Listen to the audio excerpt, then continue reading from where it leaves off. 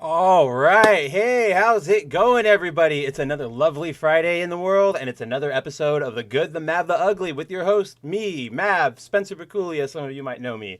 Yeah. How's it going, guys? It's been another week in the bag. Uh, Gosh, it's been a busy week, at least over here on this end. It's been an insanely busy week. We've had so much news over at Bounding, just with the entertainment industry going back and forth. I mean, we know John's back, so he's been covering Ahsoka and how insanely bad I guess it is.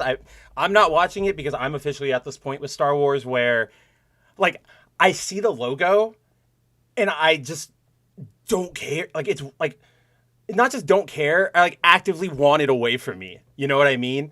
I was talking with my mother a couple weeks ago or whatever, and she brought up like I don't know what the conversation was, but she brought up Star Wars and how I used to like it a lot when I was a kid. And I sort of gave her this like look of like, or she brought up Star Wars. I gave her this weird look of like, ugh, like I don't really care about it anymore. It sucks, blah, blah, blah. And she brought up how when I was a kid, I loved it so much.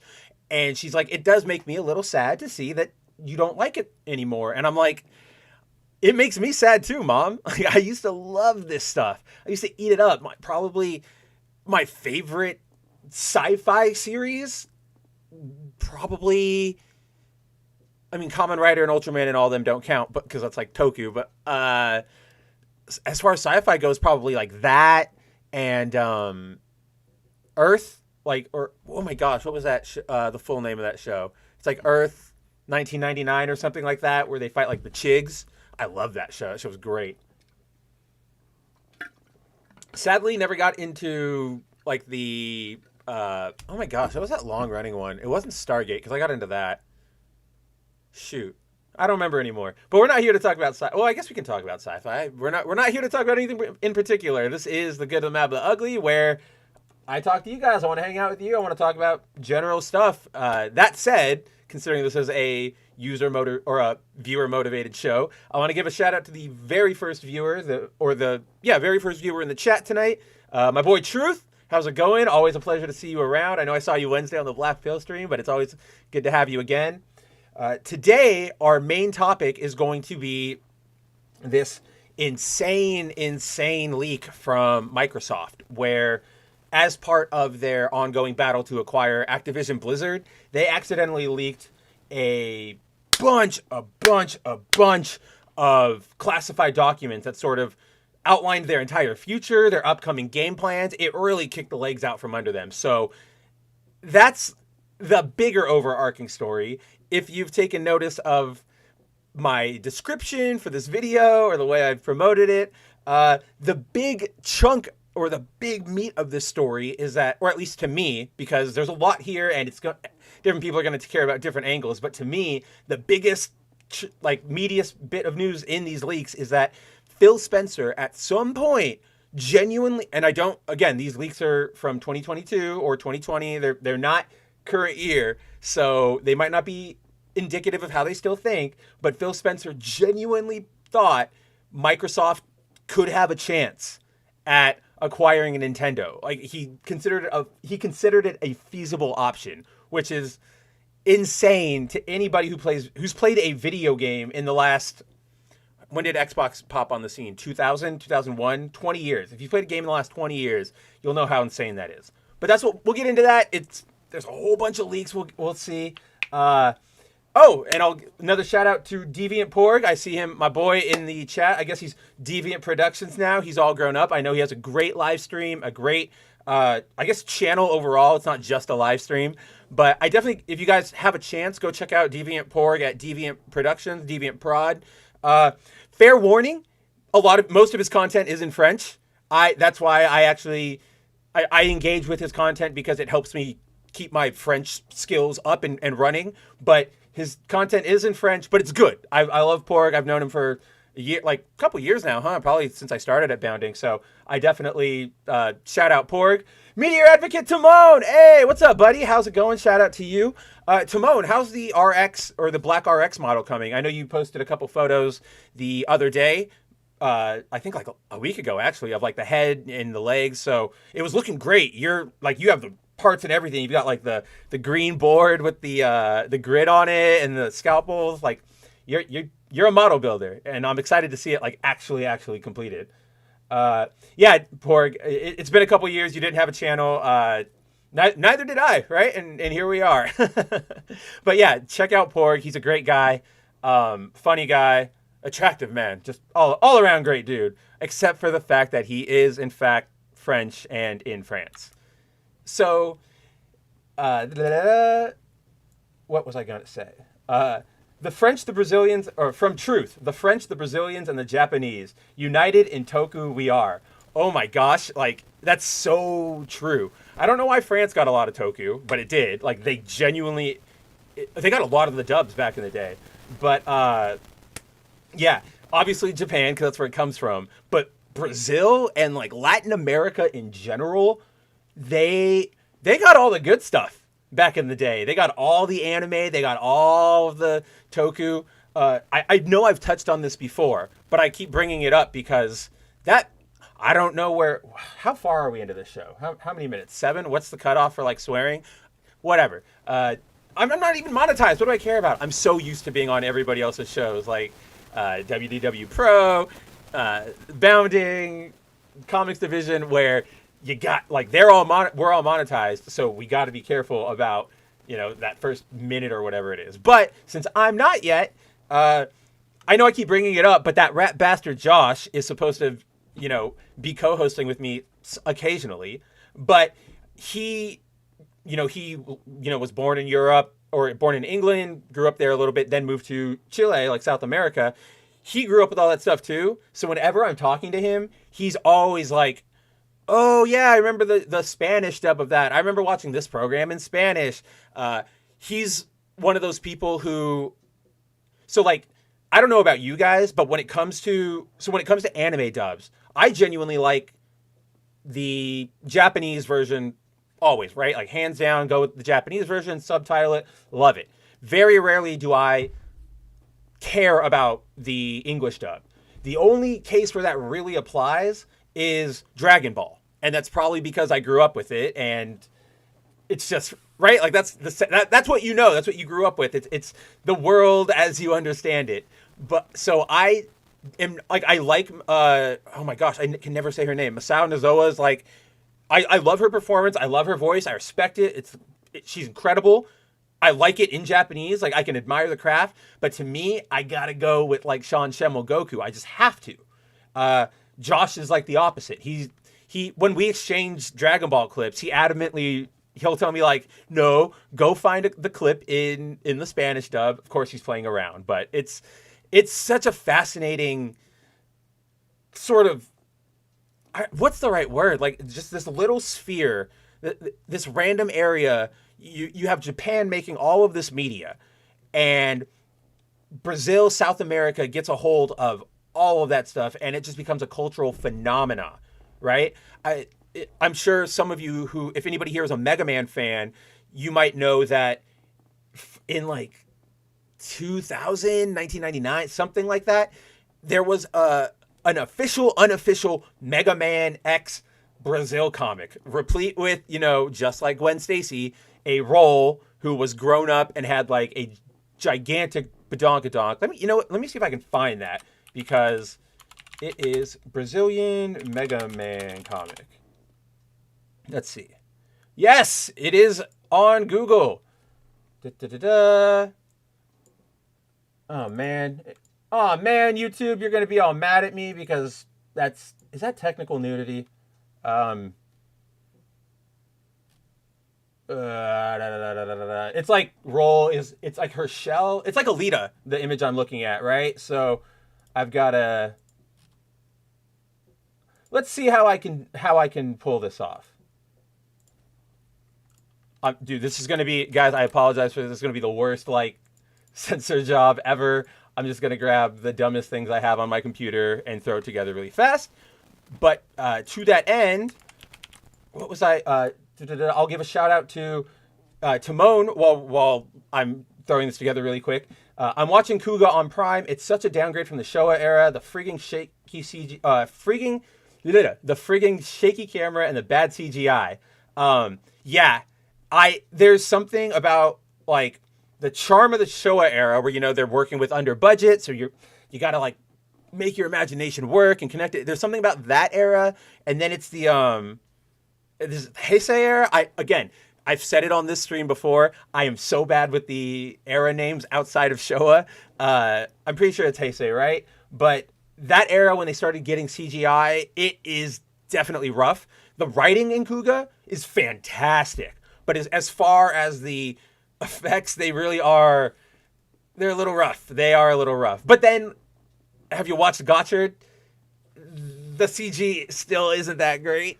But it's still, use your imagination. But so all that to say, essentially, Timon, I'm with you. I really do like the Showa era cheesiness and it's not cheesiness. It's like the genuine practicality of it, compared to like the later series. But I do like Kuga a lot. Pork says, I don't know now, but a few years ago, France was the second biggest market for manga after Japan. Yes, that was like, oh my gosh, that was almost 10 years ago. I feel like that started because, yeah, like 10 years ago, maybe 8, 9. I was in France on a trip with a buddy, and I remember walking around a bookstore just randomly. He was getting food or coffee or something, so I'm walking around browsing, and obviously I gravitate towards the comic books, the manga, blah blah blah, and the manga just. I remember taking notice because France, they do their specific reprints, so sometimes the covers are different, or they do them in like hard, whatever. But they were different covers, and I was like, whoa, these are cool. Why is it all, or like not why, but I'm like, whoa, it's all manga. Nobody really wants the American comics, and the American comics were like underneath, like on the shelf underneath, like the overflow. It was wild. So I can only sort of assume that that's still where we're at, because what from the West is good. We know not Zeb Wells. We know Zeb's Spider-Man is awful. Hickman's Krakoa is hit or miss. There are, like, I'll put it to you. If anybody in the chat, I'm not forcing anybody who doesn't have it to, or who hasn't read it to read it. But if you in the chat have read it, what do you like about the Krakoa era of X-Men, if anything? Because that's the other big push right now from Marvel. Is you have the Zeb Wells Spider-Man. Then you have just everybody doing their own thing, and then you have the X books, right? The rise of X, the dawn of X, the fall of X, the Hellfire Galas, all that stuff. Some of the as much as it's easy to blanket and say, oh, everything sucks, blah blah blah. Like there's some nuggets of good stuff in there. I'll admit I've been liking the Benjamin Percy, Wolverine and X-Force stories. Actually, the X-Force one, I know a lot of people aren't liking it because it turns Colossus into a villain. But it's in terms of Colossus is clearly being mind controlled. So, and they reveal that it's not a secret. It's dramatic irony. We, the readers, know. Everybody else doesn't. But it works. It's a fun plot. I think. So let me save the image of the Megaman thing. Like, here's where I've come to realize comics don't. What am I trying to explain here? This was something I totally came across because I was writing an article the other week or the other day. So the other day I was writing an article about how, you know what? Why don't we switch up these visuals and I'll just bring it up, because that way give you guys a little feast for your eyeballs. I don't know why I said it like that. I was watching some American Dad and somebody had an accent like that. It was Marguerite, if anybody watches the show. So I was trying. That stuck in my head. Yes, Timon, Brazil is the country with the most Japanese descendants outside of Japan. Like, isn't that nuts? It's Brazil. It's so weird. I mean, it's not like Germany and Argentina, right? It's just, that's where they are. And it's huge. Like, Timon's not, like, exaggerating. If you guys go and look it up, the statistics confirm that the Japanese they have a huge presence in Brazil, like a bonkers one. Zoom in, zoom in, zoom in, so that everybody can see what the hell I'm talking about. Maybe. How did I have this set up? Oh, I think this is how I had it set up. Wow. Not doing this well. Let's just do this. This will be easier.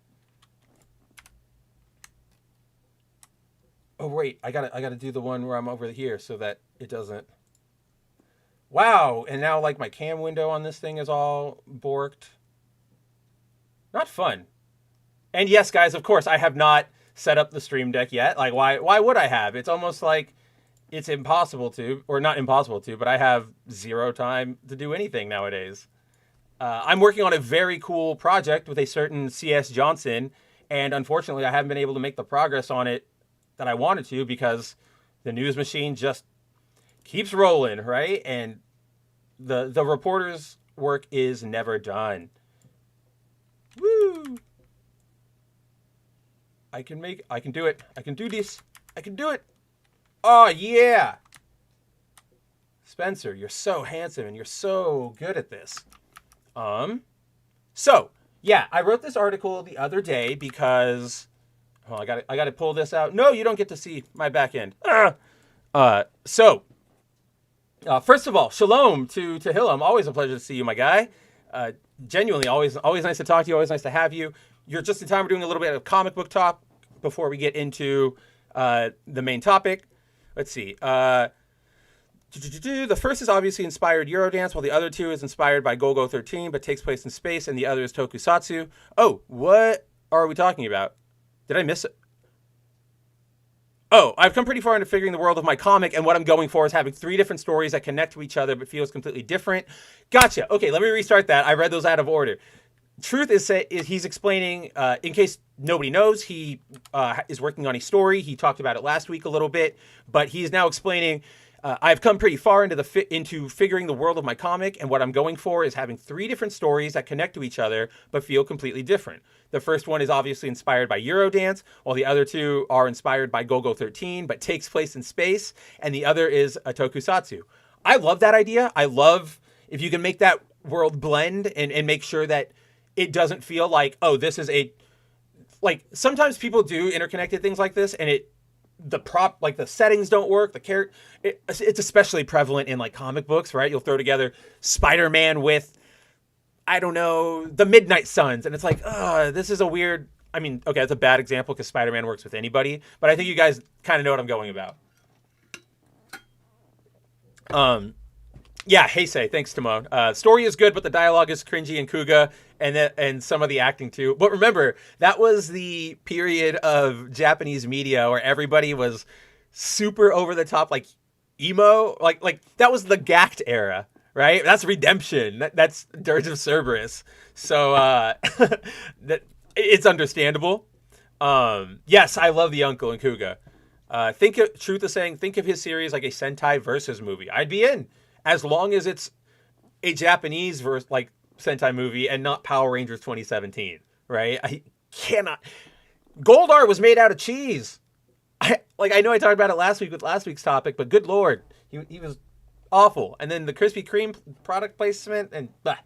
But anyway, let's not retread all these old topics. My main point in pulling up this article with the beautiful Scarlet Witch drawn by the man himself, Frank Cho, is so Richie Palmer, a producer on Doctor Strange and Doctor Strange in the Multiverse of Madness, came out, or he didn't come out, but he's in the art book for the movie. He explained that.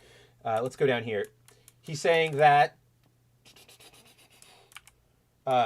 Quote, like he's talking about, Wanda being a villain and her descent into madness, blah, blah, blah. He explained, why did we do that? He said, quote, at the end of the day, we're all fans of the comics. And in the comics, the Scarlet Witch, for various reasons, doesn't always do things that are good for everyone around her. She kills people in the comics. She rewrites reality to her whims. And we always said, this character is in our universe. We should really be honoring what she does in the comics because we think it'll be fun. We think people will want to see it, right? Totally makes sense. And obviously, from what he was referencing, he's definitely talking about the moments from around, gosh, when was this? Like 2005, 2006, with when Brian Michael Bendis was sort of in charge of Marvel, and he wrote Avengers Disassembled and House of M, where back to back Scarlet Witch sort of kills a bunch of Avengers because she's going crazy. She kills She-Hulk, Scott Lang, Hawkeye. That's when Hawkeye goes, and it leads to the whole Ronin stuff. But then after that, she, creates the House of M, the whole fake reality for mutants.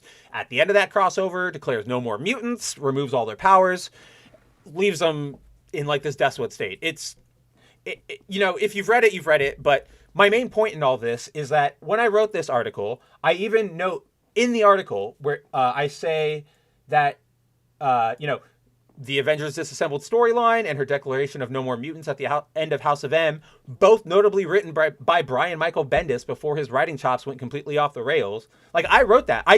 My point to that is I genuinely like these stories, right? I love House of M. I don't love Avengers Disassembled, but like I love Civil War. Like, I love this mid 2000s eras of comic books, right? Probably all the way up until 2012, which that wasn't like there was good comics, and then things started to decline a little bit, and then you hit the Marvel Now period, which is where Marvel and Disney decided like, oh, we got to pander hard, we got to get all these new audiences, blah blah blah, and started introducing things like Riri or Amadeus Cho Hulk, that kind of stuff, right? Like there's like a decline, and then Marvel Now hits that drop.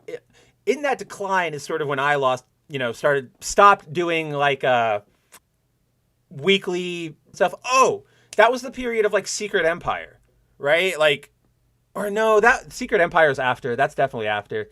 That story just sucks. I really hate that story. But to that end, I love these stories, right? But a lot of the readers who responded to this comic, and again, they're totally fine. I'm not angry about this, but a lot of people were like, I hated these storylines. These storylines were so bad. They treated Wanda wrong. They blah, blah, blah. And, they're not wrong because you watch. What happened to my preview? That was weird. I'm not receiving enough video to maintain smooth streaming. What does that even mean? Am I good for you guys? Oh, it is being super laggy. What the hell is happening?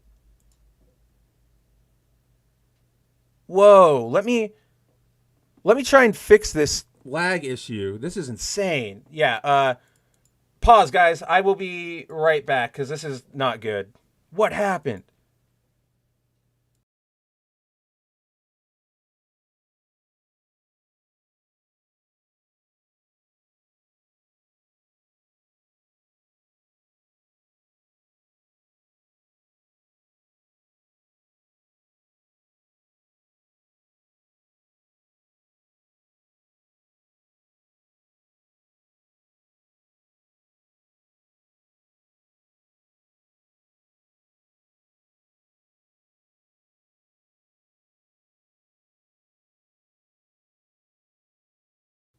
Okay. Let's hope that things are fine. I genuinely have no idea how this is going to go. That was okay. According to the preview, we're back to normal. I genuinely don't know what the hell happened there. Oh, whoops. You guys don't need to see that. But you could see that, there was the error, the smooth streaming, but it looks like I'm back to normal. My ping went.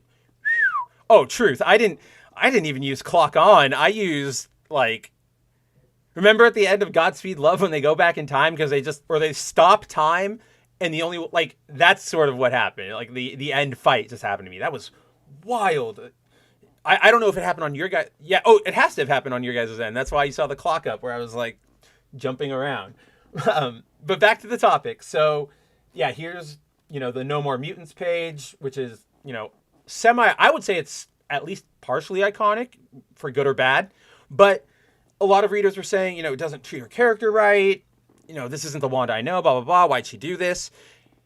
And it got me to thinking, which is you're going to always have fans. For example, I mentioned Civil War, right? The 2006 comic. A lot of people do not like it, but I like it. But I also recognize that the key to all of this, and this is sort of my thesis to this point, is that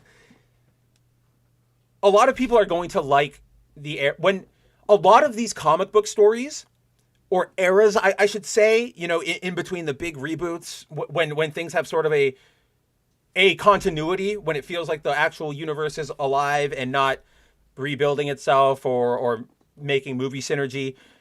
In these kinds of stories, they're more accessible. Or what am I trying to say? I got a text message and I completely lost my train of thought. So forgive me. But you know, I came into comic books around this era, around House of M era, and yes, I've had read Spider-Man comics before. Like I had read all of Amazing Spider. I'd been reading comics my entire life, but this is when I started collecting them. As like I was a teenager, I had a job, I could buy my own stuff. A lot of people are going to like when stories. What am I trying to say? The story, like these moments are really accessible to people, so a lot of people are going to like them. But it's gosh, I totally don't know where I was going with this point, guys. Essentially, what I'm saying is that sometimes people are going to like things because that's just what they were introduced to, or like that's how they were introduced. Oh no, that's not even the good thesis. Oh my gosh, I genuinely lost my train of thought here. But it's that, like, I don't know. Like I'm open to that Scarlet Witch change of her going into a baddie, and that's how I've always understood her, because that's sort of how I first engaged with her, right? Other people first engaged with the version of Scarlet Witch who was a genuine hero, who was a mistreated daughter of Magneto, you know, reformed, joined Cap's kooky quartet. So to them, that's a completely different version of Scarlet Witch than sort of the one I know. And the problem is Marvel tries to say, these are all the same characters, right? Everything is canon. These are all, and they always have to say like, and it always has to, you know, since they're making it all one continuity, they have to jump around and make dumb excuses and say things about how characters are acting out, you know, characters are acting out of character, which is such a dumb sentence, but you have to make stupid excuses like that to maintain continuity. Like, you know, it's just, Marvel would do so much better, and DC, to like, hand to God, if they just, you know, reboot things and start from page one and keep it fresh. Like, both New 52 and Secret Wars screwed this up from DC and Marvel respectively, which is they rebooted, but then they said, oh, we're going to keep some things. You know, DC kept Batman Inc. and the Green Lantern books going, where on the Marvel end, they kept the, they kept like Miles's continuity and some stories from before. And it's a giant mess, right? And it's not about the continuity, but it's about people are going to have different interpretations of characters because they've been presented differently throughout all the years. And nobody is necessarily in the wrong, right? Except for Marvel and DC and whatnot for not letting these characters evolve, not letting them change. You know, even Goku got to grow up, have a kid, start a family, die 700 times. But in, you know, it's infamous in Marvel, DC, you always got to reset. But yeah, so like to this end, I understand why some people are going to like things like Gwenpool or Miles or Kamala. They're always going to have some sort of fan base because somebody will engage with that for the first time who either has a lot of context or a little bit of context. And anybody with a little bit of context will be more open to be like, okay, this character is cool, right? Like, I get it. Unless it's truly bad. Like, I don't think anybody is going to look at Zeb Wells' Spider-Man and go like, I see, I get this interpretation of the character. Because that's just garbage. It's just straight horse shit. I hate that run. And I will talk about it forever. Oh, Timon, yeah. I mean, I don't know if it was your end of YouTube that went weird, but like it definitely went weird on my end with all that. So I guess the moral of this little bit is that I really like House of M. I love the alternate reality she makes. I love Civil War. I love comic books. And I do like when things have a through line. I just don't like when those through lines are thrown and mixed up, and I'm supposed to follow this one and not that one, and it's all confusing. But that's why I wanted to bring up Scarlet Witch. I think that's why I wanted to bring up Scarlet Witch. I genuinely don't remember. we've been blowing through so many topics. Also, this movie, like in the Multiverse of Madness, not great. It's fine. Best part is Benedict Wong, and honestly, I like Shodol. I can't remember her name, but America Chavez, she's cute. I like her. Hello, Joy. How's it going? Good morning. It's very early for you. You should go back to bed. Oh yeah, so that's how we got here, because we were talking about comic books, Megaman comics, and I had that image I made like 400 years ago. No, don't look behind the scenes. Do not look behind the scenes. So yeah, this is a Brazilian Megaman comic that was made. It does it have the date on here? No, but yeah, the plot of this is essentially Mega Man teams up with X, like X time travels, and they got to stop the Mavericks. It's sort of like the last episode of the Ruby Spear show. Yeah, where the Day of X, where X shows up and is like, Mega Man, this is what's happening. I need your help to stop Vile, blah, blah, blah. And yeah, see, you get this like sexy battle roll, which is, I'm covering her up. Let me switch over to the other side. You get, and then, that's so stupid. I'm going to kill OBS. But, I'm just going to take myself away, because you guys deserve to see roll. There we go. Yeah, see, she becomes a Gunbuster-esque fighter. It's pretty funny. But my whole point with this was that Brazil loves their Japanese media, and they'll go, like, they just love it. Like, they'll make their own full bootleg Mega Man comic series, their own full bootleg Spider-Man comic, just for the love of it, right? Just because they love these characters. And they'll always take the opportunity to turn whichever blonde is currently at the center of whatever show or whatever series into a thick Latina. It's a rule of the world. Whoa, wait. Timon, you had these ones, these Brazil Mega Man comics, or are you just saying that you liked comic books in general? Because I get it. And yeah, comics today suck. Everything is a return at the exact same moment they introduced their MacGuffin to get them out, because in like one of the Krakoa logs, it says, oh, Beast made a bunch of backup, or he went into our systems and he deleted all of his, rebirth egg memory files, right? So that he couldn't be rebuilt from the Five's technology. But then there's like a note where it's like, interestingly, the only one he didn't do, or the Falcon and the Winter Soldier clip, just do better, Senator. Let's see. Thirsty. All right, with all that dumb rambling about Wanda and in comic books and generally not really going where generally not knowing where I'm going with this, let's talk about the main story of today, of the week, essentially, which is Microsoft. They beefed it, right? Microsoft beefed it.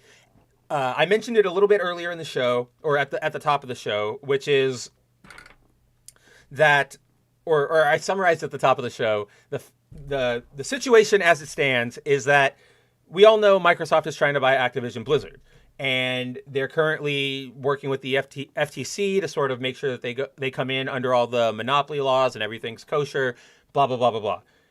As part of this process, obviously, they have to submit documents, and my internet's freaking out again. Whatever.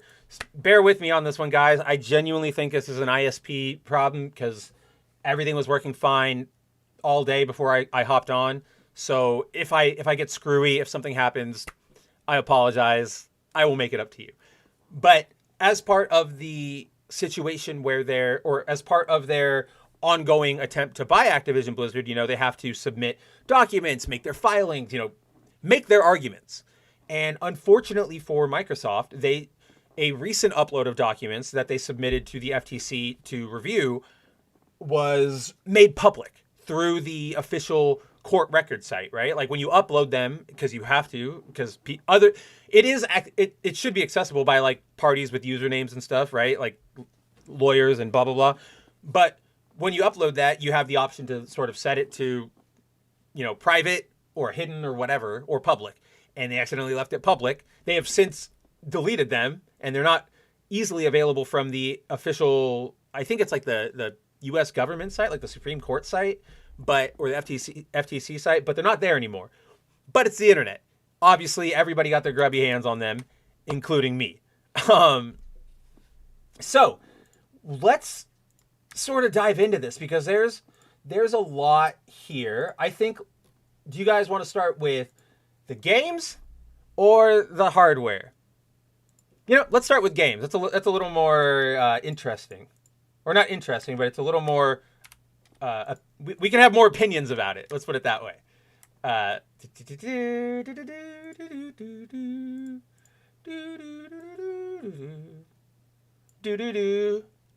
All right. So this little graphic here was one of the... What do you want to call it? Pieces of information submitted by Microsoft to the FTC, and it is essentially their upcoming exclusives release. Well, I say exclusives, but it's mostly their Bethesda stuff, right? Because they're an exclusive studio now. Obviously, we can see that it looks like 2023 is going to end out. We're going to get some new Doom DLC. I think we've already seen that just released. Not sure what the Project Kestrel and Platinums are. We're going to get more Elder Scrolls content. But the big thing is that we're not going to see Elder Scrolls 6 until 2024, right? Or fiscal year 2024, excuse me. Because you know how these damn companies are. It's like this 3-month period. This element of corporate structure was probably the thing I hated the most when I worked in corporate America. Was the damn filing schedules and how some people are on different ones, and shut up. I mean, I still have to deal with it at Bounding when I'm providing you guys with all the appropriate transcripts and information, but it's still just like, let's all get on the same schedule. And I know that's not sensible, but I just want my job to be easier. But yeah, so Elder Scrolls 6, not until fiscal year 2024, which means that thing... They are... I don't know how to feel about that, guys, because I know a lot of people are really looking forward to this game. I know Skyrim was a giant hit. Obviously, it's available for everything from like Xbox to heart monitors. It's a cultural touchstone in gaming, right? I have to admit, I didn't really like Skyrim, but this is not because it's a bad game. It's because I'm just not a sword and fantasy guy, right? I've talked about this before, with very rare exceptions. Like, I like Lord of the Rings. I like The Legend of Zelda. I like One Piece, I guess. Maybe. Does that even qualify to this? No, it doesn't. But, yay old swords and wizards and that kind of... I'm not the biggest fan of that. But I really liked Oblivion for its writing, the story. I really liked that game. So I just want to give my credentials for what I'm about to say, I want to give you context from my perspective, which is that after what we saw with Starfield, is Elder Scrolls 6 coming out in the next fiscal year, or like next fiscal year? Is that a smart move? Is that something that can actually work out for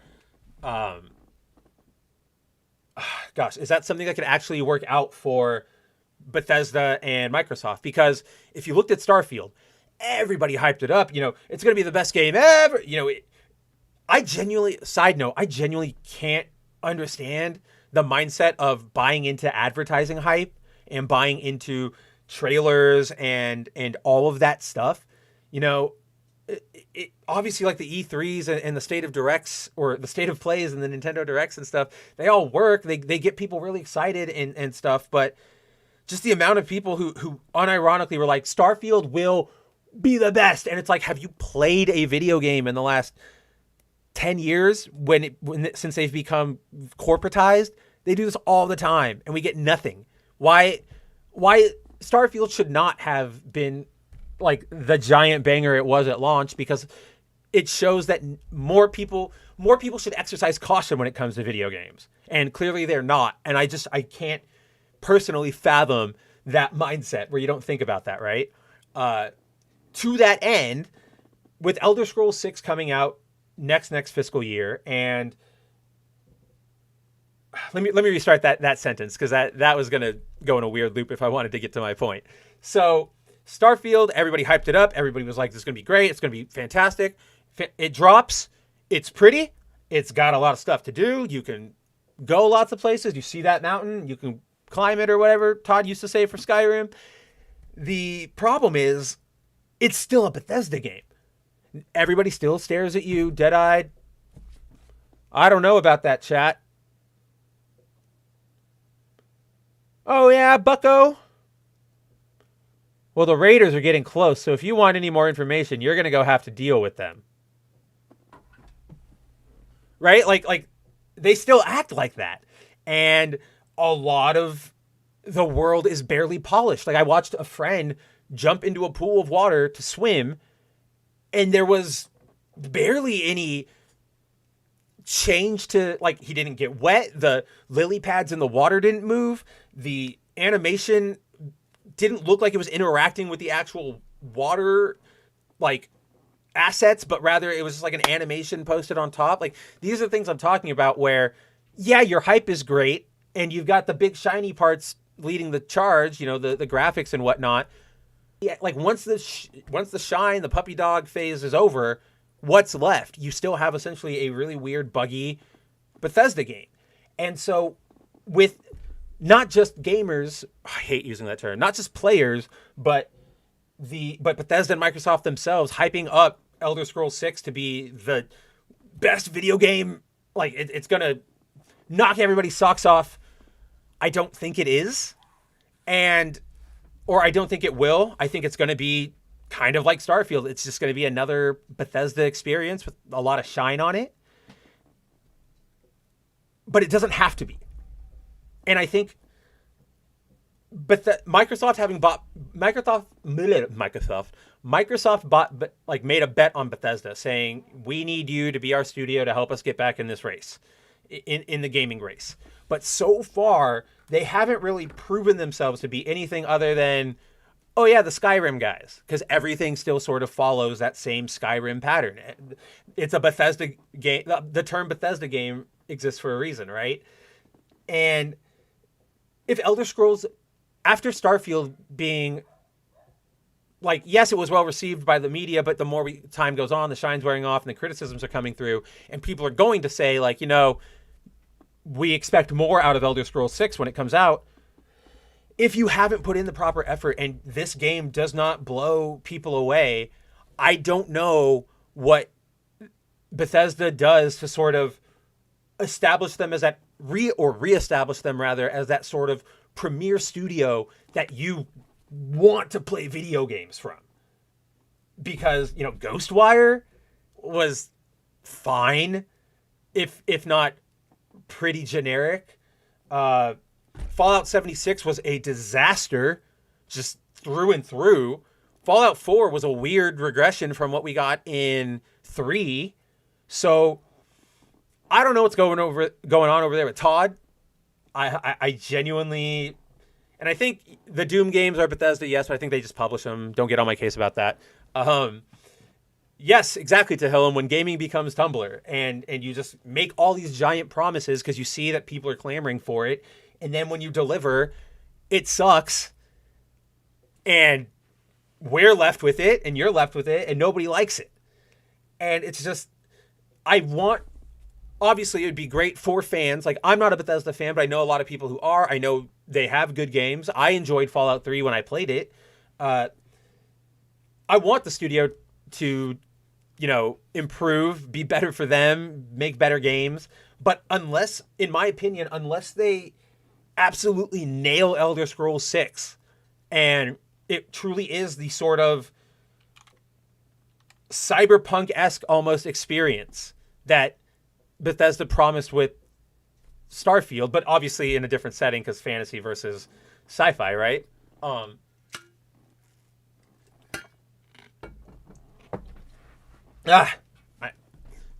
down to the ice water part. If they can deliver that, I think it's going to show them, oh, Bethesda does mean business. They're going to come into this next gen or this current gen doing business. Like they know what they're talking about. And if they don't, I think you're just going to end up plateauing and being just the Skyrim studio. So I don't know about you guys, if you guys are particularly excited about anything here. I know that one of them is the we've got the Indiana Jones game up here, and ouch. You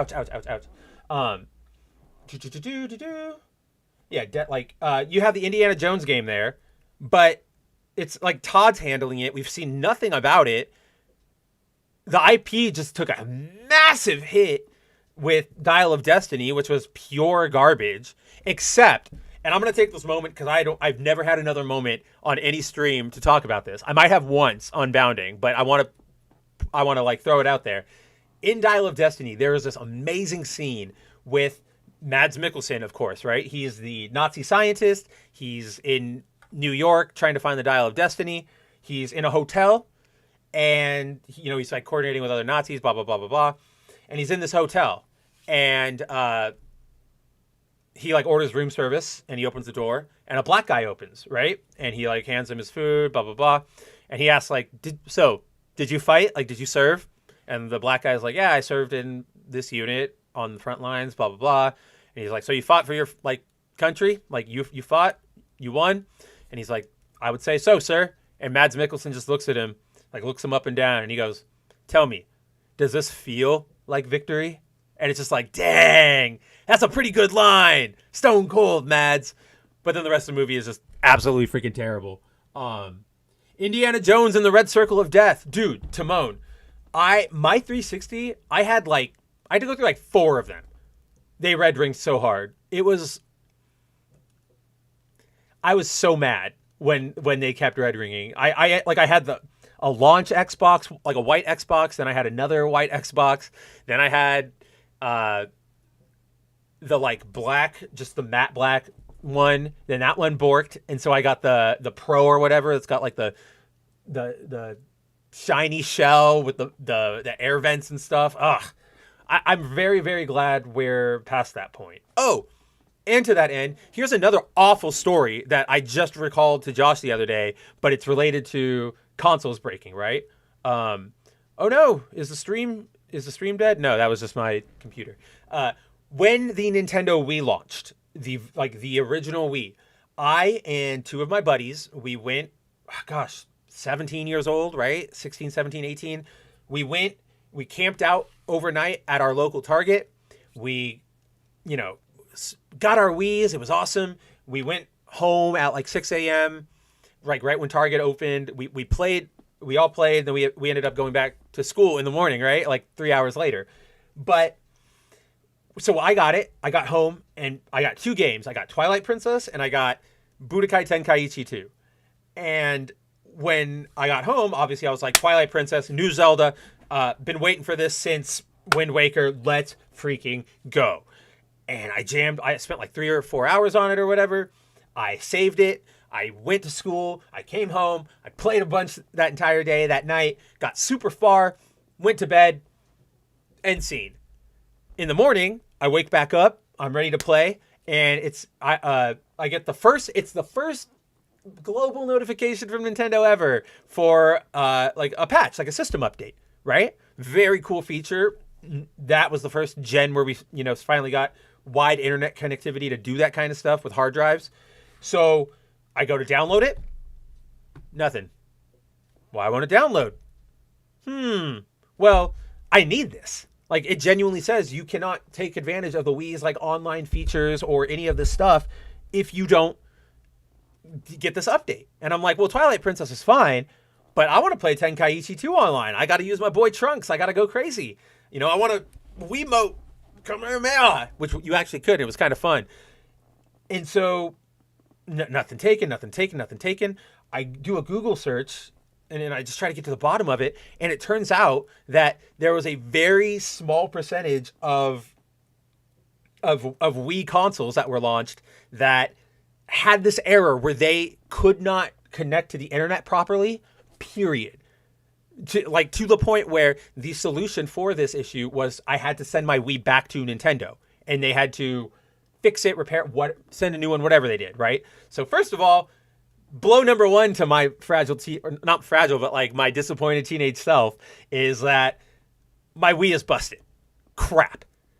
Disappointment number two is that I have to send my Wii away to Nintendo and have it fixed, which is, okay, fine, I don't have to pay, but I want to play my damn Wii. I want to play Twilight Princess. Then I, what was I saying? I just noticed that my box was like off, so I had to fix that. So yeah, that was like bummer number two. And so I sent it away, and that's when bummer number three came. I sent it away. I waited. I got it back. It's mine. I noticed it was like there was like a scuff on it or whatever that came from me, and I was like, it's mine. They just fixed it. But when they fixed it, they wiped the goddamn hard drive. So all of my stuff for Twilight Princess gone. Like 15, 16 hours of like jamming through a video game gone. Forget girls, man, right? I was emo in high school because of that. That destroyed me. I was so upset. Eventually, yeah, like I think like a year. I had to give it some time before I went back to Twilight Princess, but I eventually beat it, and it's fantastic. And I don't want anybody talking trash on it because it's a great game. I know people have their problems. Yes, and Timon, no, indeed, like that was. Imagine that, but coming from a teenager with a lot more anger issues and a lot more things to throw at a wall, like sports balls and stuff. Like I had like footballs and soccer and whatever. But what was I to that end? Yes, to kind of put a cap on Bethesda's upcoming schedule. Timon said it earlier. Xbox equals Western RPGs and shooters, and that's true. And you're kind of seeing them realize that is what they are, and they're trying to course correct, because it is no surprise to anybody, right? That, and here, we're just going to change up the visuals again. Yeah, keep you guys guessing. You'll never know. We know that anime is blowing the frick up in the West in recent years. Like, you know, there was that raise in the early 2000s when I was a kid. But then in like 2014, boom, things have gone off. Like I've said it before. The other week I was in Los Angeles. I went into a Barnes and Noble in a pretty popular location, and you walk over to the graphic novel section. It is like a mini manga, like a Japanese store. You have not just shelves of manga, but you've got nice collectible figures like Artifacts Pluses and Kotobukiya releases and Figuarts. Like, I'm going to get back to that in a second. But you see that sort of stuff. You see plushies, you see apparel, you see DVDs, even video games. And then if you want comics, it's maybe like one side of a shelf with like the top two occupied mostly by art books. You know, like the art of Amanda Conner, the art of Frank Miller, that kind of stuff. The art of Naruto, blah, blah, blah, blah, blah, blah, blah. People love anime. And obviously, I think Microsoft has caught on to that because we saw that, you know, we have the Persona stuff coming to Xbox Game Pass, right? The, like the Tactics, Persona, I think like the remake's coming, Persona 3 remake, the Persona 5 Tactics game. Those are both coming to Game Pass. And I think it's because Bethesda realizes, like, oh, we need that anime market. And I think that is a great transition. Let's go into this part of the show, because this is definitely why I themed the show around this topic. So, amongst all of the stuff that leaked out, right? We had I'm gonna transition. We had an email exchange between Phil Spencer, Chris Capicella, and Takeshi Nomura, a random thought brainstorming session. But essentially, yeah.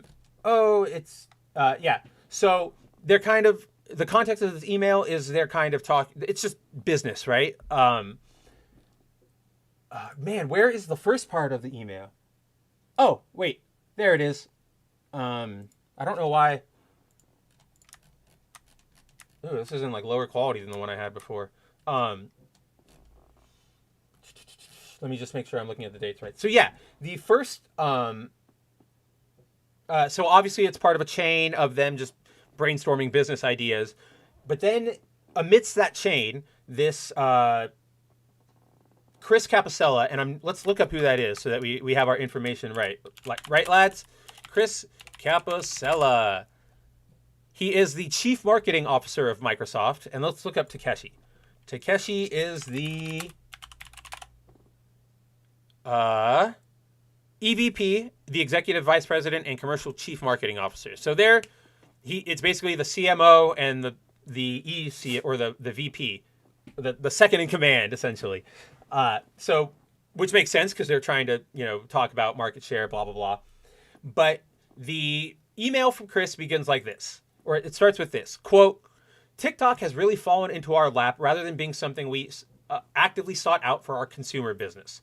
If you said what is the next best consumer asset that we should spend 10 billion to 30 billion on, I don't think we'd say it's TikTok, but the stars have aligned to give us a chance, so we should look hard at pursuing it. As you know, for each of the solution areas, we have a set of companies we'd love to acquire if the timing and terms were right. They, of course, have to be willing to sell, and they have to see us as a top company to sell to, like Mojang did. TikTok has not been on any of these lists, so I think it's important to realize the current discussions are ones that developed due to geopolitical dynamics and the good fortune we have with a strong, trusted brand that make TikTok look to us as a way to avoid being shut out of the U.S. market by the current administration, right? Because of the whole, it's Chinese spyware. I don't know. Don't pussyfoot around it, guys. They don't even have the same version of TikTok that we do. They have a completely separate one. They don't even allow it installed on their phones. Like let's think a little bit here, people. Back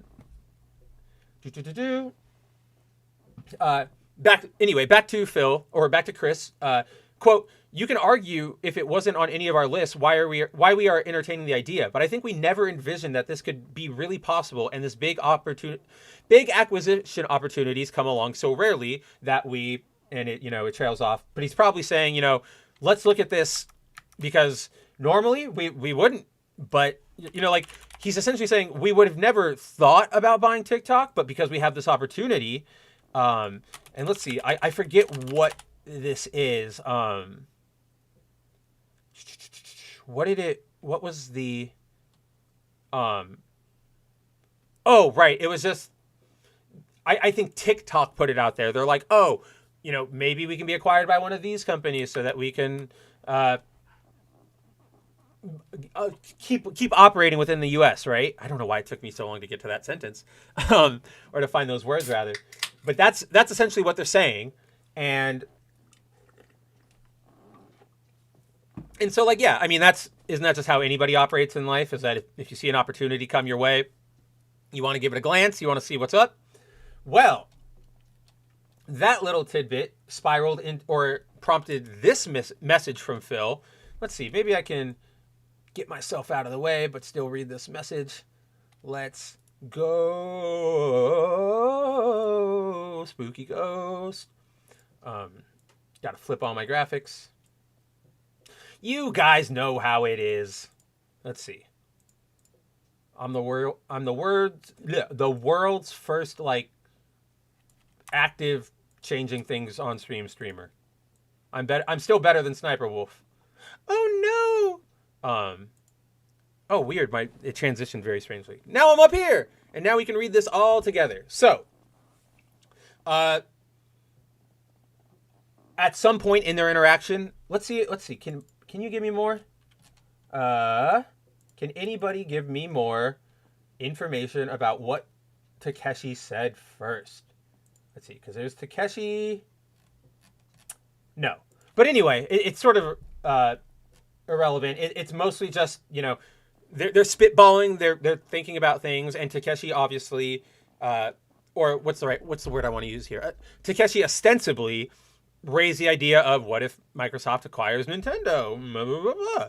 So this was Phil's response, and I want you guys to brace yourself for how disconnected from reality we're about to get. Like, this is about to be multiverse of madness level disconnects, because this is wild. So, quote from Phil Spencer, Xbox head. Takeshi, I totally agree that Nintendo is the prime asset for us in gaming, and today gaming is our most likely path to consumer relevance. I've had numerous conversations with the LT of Nintendo about tighter collaboration, and feel like if any US company would have a chance with Nintendo, we are probably in the best position. First off, the fuck? Since when? No. The unfortunate, or fortunate for Nintendo situation, is that Nintendo is sitting on a big pile of cash. They have a BOD that until recently has not pushed for further increases in market growth or stock appreciation. I say, quote, until recently, end quote, as our former MSBOD or our former Microsoft business, and I think it's, what is BOD? Isn't that like business of development or something like that? BOD, business acronym. Board of directors. Yeah, duh. As our former Microsoft Board of Director member, Value Act has been heavily acquiring shares of Nintendo, and I've kept in touch with Mason Morfitt as he's been acquiring. It's likely he will be pushing for more from Nintendo stock, which could create opportunities for us. Without that catalyst, I don't see an angle to a near-term mutually agreeable merger of Nintendo and Microsoft, and I don't think a hostile action would be a good move, so we are playing the long game. But our Board of Directors has seen the full write-up on Nintendo and Valve, and they are fully supportive on either if opportunity arises. End quote. Then they just sort of go on to talk about let's see. Then they sort of go on to talk about they've also speculated buying Warner Brothers Interactive, Suicide Squad, Kill the Justice League, all the Rocksteady stuff, blah blah. Oh my gosh, what was that game that they canceled? Or it's not canceled, Multiverses, right? Oh my gosh. They've talked about acquiring them, but their biggest challenge there is that Warner Brothers actually likes them and they want them, and they're making a big push with them lately ever since Zaslav came on. So they're like, we'll maybe we'll wait on that for a while. But this Nintendo stuff is absolutely freaking insane because okay, I also, before we get into that, Truth says the only spyware I trust is Genom. Correct. only MiHoYo can get my bio data or whatever, as long as they give me a better drop in Honkai. So where do I begin with this, right? This is sort of the reaction I had at the top of the show too, which is, this is an insane, there's no other word for it than delusion, right? Let's just start with this, with what I took issue with, which is we are probably in the best position, or that Spencer thinks that Microsoft is in the best position to acquire Nintendo of all companies, right? I don't know how any company, like, you're talking about, like, I'm coming for the champ when you're not even AAA yet, bro. You're college ball still. Or, okay, that's not fair. You're AA. You're AA, Microsoft. But we all know that in the terms of gaming, and they actually admitted this. There are, like, as part of this FTC case, Microsoft admitted that they are not winning, like, the console wars. Like, they are always behind. They know it. They admit it. That's sort of what Spencer says here, where he says, gaming is our most likely path to consumer relevance. Okay, I sort of mixed up two thoughts there. I apologize, guys. So let me step back for a second, or rewind for a second. So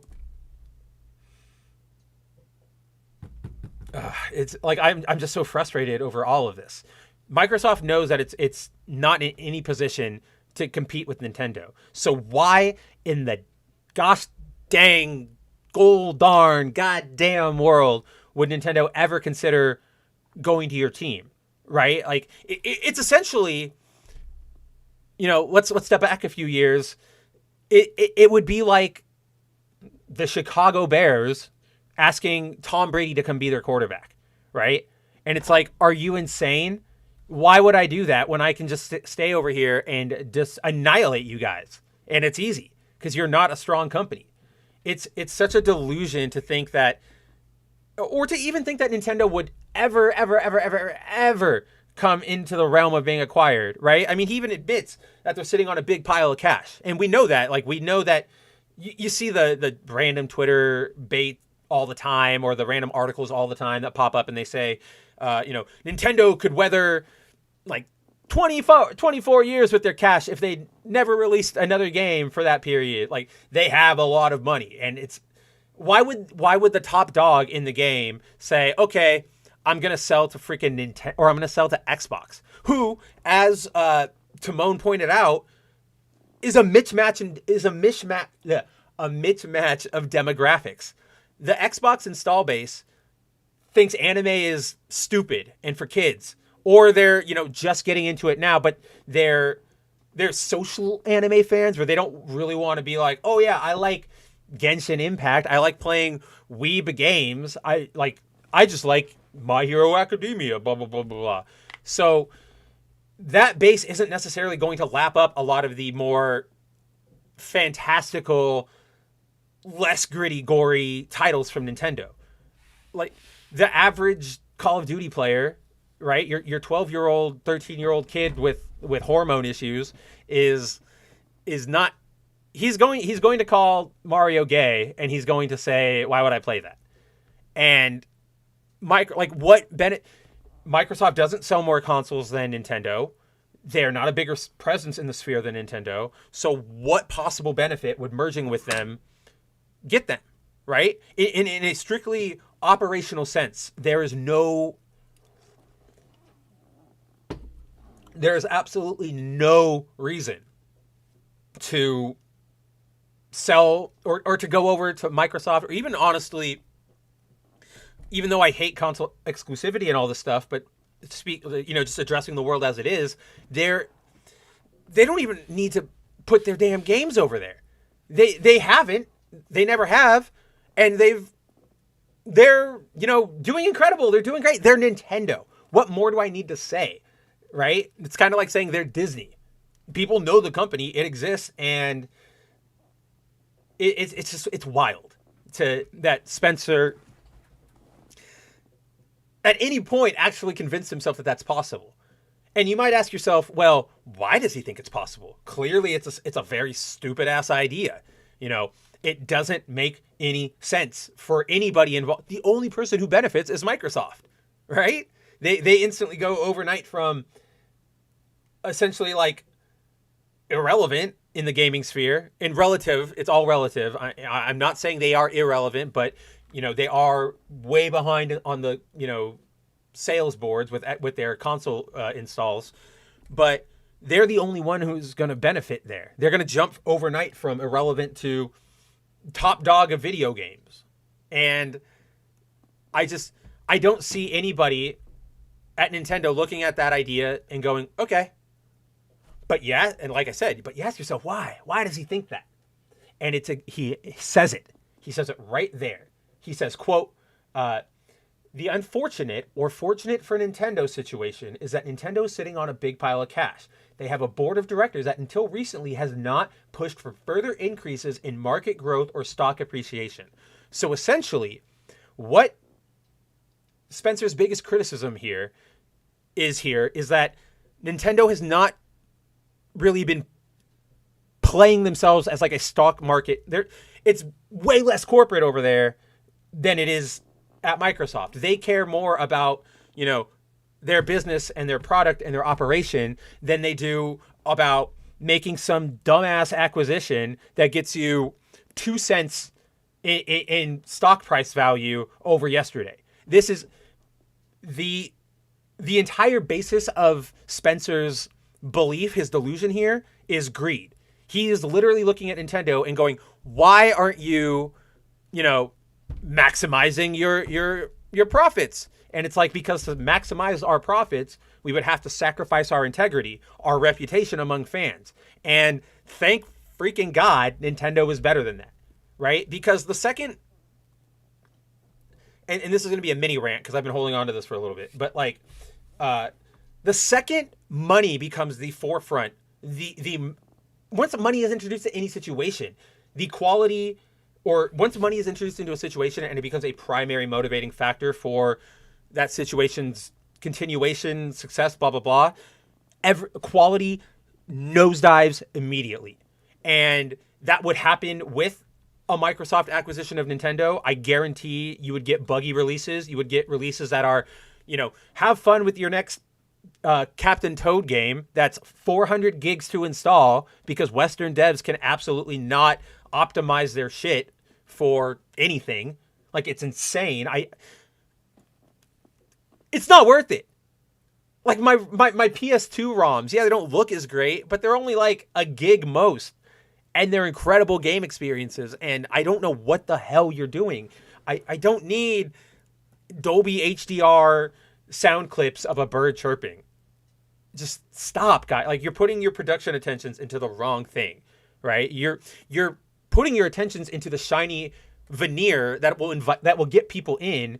But then once they're in there, you have, and it's like the perfect analogy for Spencer's view of everything, right? Like, Microsoft and all this, they're all about make it look shiny, make it look good. Bethesda, make all of our trailers look, blow them, make our trailers blow them away.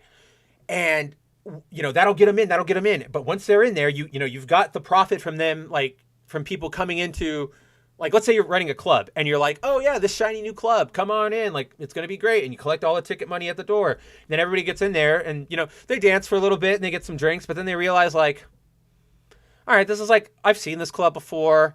Yeah, that like screen is really nice, but it's not really doing anything special. Why are the bathroom handles linked? Like, I'm trying to like reference like the glitches in Bethesda games. Like, why are the bathroom handles linked and I can't open one without the other? What's going on? Then they leave, right? So now you have this small burst of profit where you had everybody come in because they thought, ooh, shiny. But now, the weeks go on, less people are coming because the shine is worn off and they know there's nothing in here. Whereas Nintendo has a club where it's got a sort of older facade, but on the inside, they are dedicated to, they keep the place clean. The drinks, they have actual mixologists who are making like fancy drinks. There are various lounges, like there's things to do over at Nintendo's club. So yeah, every week people are going to go, where should we go? Should we go to the Bethesda Xbox Club or should we go to Nintendo? Well, Nintendo, they actually have things to do there and I like it over there. But like Xbox is so focused on short-term profit that it's ruining everything they're doing, right? Look at Redfall. I cannot get over how abysmal that game was. It's an embarrassment. Everybody involved in that game's release, like the executives who pushed for that game's release, should be ashamed of themselves, like genuinely ashamed. And it's not a focus that ever works out for anybody, right? And to bring this back to my mention of this going to be a mini rant that I've been holding on to, look at Twitter, right? Twitter sucks now. I used to really like Twitter. The ecosystem was fun. Everybody understood the sort of culture. You knew you send short messages. This is the meme you sent. Like, it had a culture of its own, Twitter did. And it was fantastic. And then Elon comes in and everything he's done to try and make it profitable has led the site to just be shit. The second he went, oh, you get money for engagements. Now people just post the lowest effort bait. They clog up timelines with, cool. Like every, replying to every major tweet from like CNN or Nintendo or Marvel, Disney. Like it sucks. And the quality of the site has degraded. And a lot of people, I understand, will go, well, isn't profit the name of the game? Isn't that what we should be aiming for? And it's like, to an extent, yes. This is a capitalist system. Obviously, capitalism is the best system we got. And you need profit to not only keep the business going, but to exist on your own as a human being. But there's a point where it becomes profit over anything else, and that's Microsoft. Because it's Microsoft, it's Twitter, it's lots of things. And it's just, these situations are letting people who are obsessed with profit, it's honestly the sort of, and I hate to sort of use this term because it's a little extreme and it's been overused, and a lot of the people who use the term misuse it, but it's the cultural Marxism of our hobbies, right? Where we have a hobby and people go, oh, why can't I want to be in it. Okay, come on in. Like, we invite you. Oh, I don't like it like this. We got to change it to make sure more people like it. And then everything goes to shit and you start over and you go to a new hobby. That's what this is. This is all it is. It's cannibalizing things for personal gain and profit, regardless of what identity the thing had before. Twitter didn't need to be a giant powerhouse of generating revenue, right? It didn't need to be. But Elon said that's unacceptable. Why is a site operating that isn't fully based around profit? And it's like, maybe because there are better things than profit. There's reputation. There's, pride in your work that you're putting out. It's stuff like that. And you see clearly in the West, pride in work is gone. Look at all this crap we've gotten in Hollywood. Look at all the Western games. Look at this mentality that we've just been talking about. Don't let this infect Nintendo. Like, just don't. Like, keep it. Quarantine it if you freaking have to, right? Pardon me. But here and now, like, yes, keep them away. Don't ever let that mentality infect something like Nintendo. But to that end, that's where the most worrying part of this entire fucking email comes in. Because yes, it is very bad that Phil Spencer has deluded himself into believing that Xbox ever could be in the same conversation with Nintendo. Outside of just classification, right? And it is bonkers to see just laid out the mentality of profit over anything. No quality, I don't care, I just want the profit. It's laid out there. Everything should be for profit. But the insidious part is right here. Quote, I say until recently, as our former Microsoft Board of Directors member, Value Act has been heavily acquiring shares of Nintendo, and I've kept in touch with Mason Morfitt as he's been acquiring. It's likely he will be pushing for more from Nintendo stock, which could create opportunities for us. That is worrying, right? That is the corporate crap that always happens in these situations. So, for a better example, a wider example, but also a relevant one, the Unity stuff. Remember we talked about it a little last week, how Unity was introducing a new fee for game developers where if you had over, I think it was 1 million or 2 million installs that you'd have to pay. I think it was if you hit 1 million installs, you have to pay a fee of 20 cents on every install after that. And everybody rightfully got angry at that and said, why are you nickel and diming us so hard? This is destructive for the industry. This is all greed, blah, blah, blah. Well, people looked into the situation. People, did their due diligence. And I unfortunately don't have all the documents for that specific investigation on me. If I find them, I will link them in the Twitter description below for anybody who's watching in post. But they essentially, there's a timeline where when Unity went public, you started getting, once you're public, people can buy up shares. And if you have enough shares, you can buy your way onto the board and you have influence, you have say on what's going on, blah, blah, blah, blah, blah, blah, blah. That's simple economics. But the three guys who slowly crept up onto the board are genuine Silicon Valley greed scum who have, one of the guys, like, let me see if I can. Let's see. Unity executives. Man, because I know everybody is mad at Riccatello, right? But I don't necessarily know if it's just there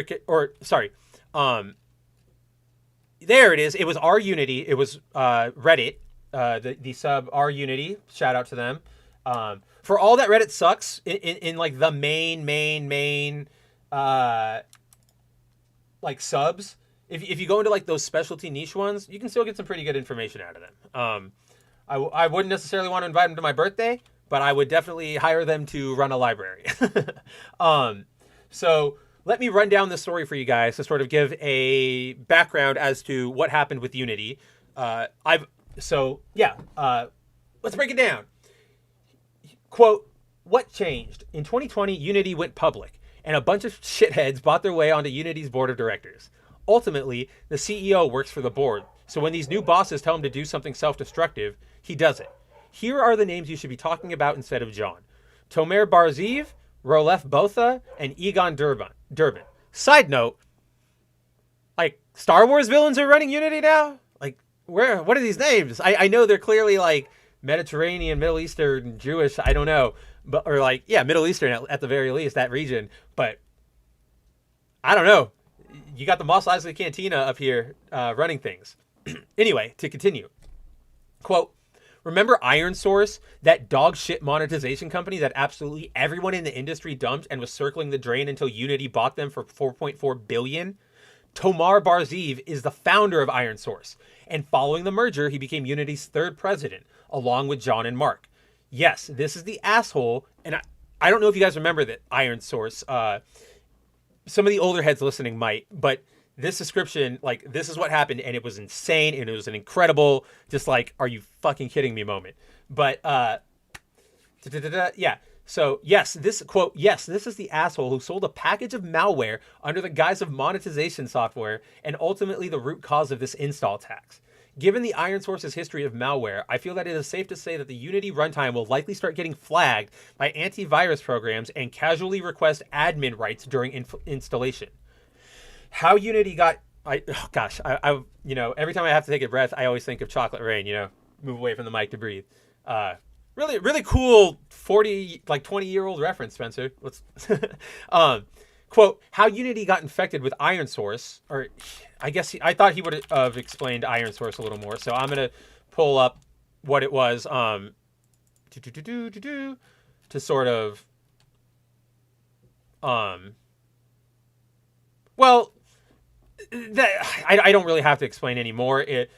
I would be getting into a lot of weeds, but essentially Iron Source is an Israeli company that, founded by Tomar, and it is a monetization app that unfortunately, like, digs in to your computer. Like, it requests admin right. It's not a safe way of monetization. Like, it is very open to, like, hacking, leaks. Like, it is bad for business. It was awful. For some reason, it still exists. I don't know. But be careful of any company using that. So, essentially their install kits, they don't, it's not just one, like, they bundle things. So you think you're installing the monetization thing, but you're also installing a tracker, right? So that advertisers can know what you're doing. You're also installing, like a malware thing that will send you certain ads at specific. It's bad. Just don't use Iron Source. Stay away from it. If you want to know more, I'm sure somebody can go way better into it. That's just my very casual, very quick recap. What the Common Writer plot is this? This is a Common Writer plot. Like, we are going to get into how this is an actual Common Writer plot. Truth. Like, that's how insane this all is. Let's get back to the statement from our Unity. Okay, quote, how Unity got infected with Iron Source is that Sequoia Capital and Silver Lake pledged to invest $1 billion into Unity if the deal went through. Frankly, the math doesn't add up for Unity to trade $4.4 billion to buy a plague blanket of a company only to receive $1 billion in return, especially when a rival mobile monetization company offered to pay Unity $17 billion if they called off the Iron Source deal and merged with them instead. Unless that $1 billion was for the sake of C-suite bonuses, in which case all of this makes perfect sense. But who the hell, like, so they're basically saying, like, the only reason they bought that was because they were going to get that $1 billion from Sequoia and it was going to go into their pockets instead of, like, the company, right? Completely stupid, complete greed. Like, $17 billion to invest in your company if you call off a bad deal. The only excuse for not taking that is greed. Quote, but who the hell is Roloff Botha and Egon Durbin, and who are they, and why are they important names? Roloff is a director of Sequoia. Egon is the founder of Silver Lake, and both of them have ties back to Elon Musk, which is pretty telling for how fast Unity has caught on fire. If Egon's name is familiar, it is because he was on Twitter's board and was the one who pushed for them to accept the deal, and then got thrown off the board when they realized he was just spying for Elon during the resulting lawsuit. He also was the one who helped Elon with his fake taking Tesla private scam. Roloff was the CFO of PayPal, so that's Egon. Roloff was the CFO of PayPal before it got acquired and has a long history of being involved with mergers that result in a lot of money for some, but absolute shit deals for end users. Looping back to the top, I think John Riccatello is done with Unity, but not in the, quote, yay, us consumers have protested hard enough to get him fired, unquote, kind of way the internet wants. I think he was done in 2020 when he went from being the guy actually running the company to the guy who answers to a room full of investment fuckheads. Of the 13 board members, 11 are investment managers, and then gets to take the blame for their shit decisions. I feel like the reason he sold his stock is because he knew this was a shit idea that was going to tank the company, but these assholes wouldn't listen. So he cashed out his stock and will be announcing his retirement at the start of Q4. Don't be shocked when Tomar Barzeev gets named as his replacement, end quote. So essentially, and don't, like, the taking Tesla private scam, that was really bad, where Elon was like, I'm going to, take Tesla back private, got a bunch of, it's stock market stuff. You're not here for that. I'm not going to bore everybody with that, even though I love that stuff. we're going to keep it on topic. But essentially, yeah, this is the greed that is infecting, or not infecting actively, it's already infected and it's metastasizing in the West. Because, again, these people are not good business people, except for getting what they, like, getting theirs and getting theirs for their buddies, and then saying, later, I am out of here. Like, and that truth is sort of what I'm saying with this Common Rider plot, where they're almost like a 0-1 villain, where they infect, like, they get into a company, they take over all its technology, they ruin it, and then they go to another company. Or, like, they ruin it, they take money for themselves. If this was a Common Rider plot, they'd probably take the technology for themselves, like, steal it, and go on to another company to do the exact same thing. It's so awful, it's so insidious, and it's honestly so cartoonish in how transparent it is. And I unfortunately don't know how to fight this as a consumer. This is, make your voices heard. Don't engage with Unity. If you're a developer, don't use the engine. Just don't. Oh yeah, this is kind of Zenkaiger, huh? Always look into business connections, all this stuff. It's gross. At the end of the day, it's gross, it sucks, and it's making the things we love worse. All of this is making it worse because these investment managers, these people who are only focused on the money, they don't understand the hearts, the souls of why we love these characters, of why these characters appeal to us. To them, they see, people like Captain America for that, like, they like the image of Captain America. They like to see the character. They don't care what he's doing. They just want to see him. And it's like, no, you got to understand the character. You got to know, but you don't want to take the time because, in the world we live in, it's hard for genuine, deep, intricate, meaningful stories to get out there and picked up, kind of because it's like their own fault, though. I just realized, like, halfway through that sentence, they propagate all this bullshit to get people into the club. They make their front all gaudy and they say, come on into the club, get in here. And people get in here. And so then the rest of the industry people who are less solid and established than, Sony or Nintendo or something, they start going, well, that business uptick worked for them. Let's make our place look like shit. And it spreads like that. And now you have 2 or 3 clubs, 2 or 3 buildings that are fun to hang out at. And the rest of the neighborhood is just the worst, like, not even like dive bar. It's like all hipster bars that are all flashy and just no substance and shut down within 3 months. I know people who are watching know exactly the kind of bars I'm talking about. They were super popular when I was in college 10 years ago. I'm sure they're still popular nowadays. It's disheartening. Yes, truth. It is. It's exactly like Brooklyn. That's exactly what this is. And that's another perfect example, right? Truth, because people go into Brooklyn and they say, I'm going to make a business. I'm going to make it, it's always, I'm going to make a boutique pancake shoe house. I don't freaking know, like just stupid crap like that, right? But a lot of times they don't understand what people actually want. They don't understand like the heart of, oh, why did people love pancake shoes in the first place? Oh, because they were crafted specifically this way, and they, did a chocolate swirl in it, and it was presented in this one way. That's why we like the chocolate pancake shoe. We don't like it when it's just, slopped out in front of me. And it's just like those places will go out of business, whereas you will have mainstays because people get it. They connect. They want it. They care.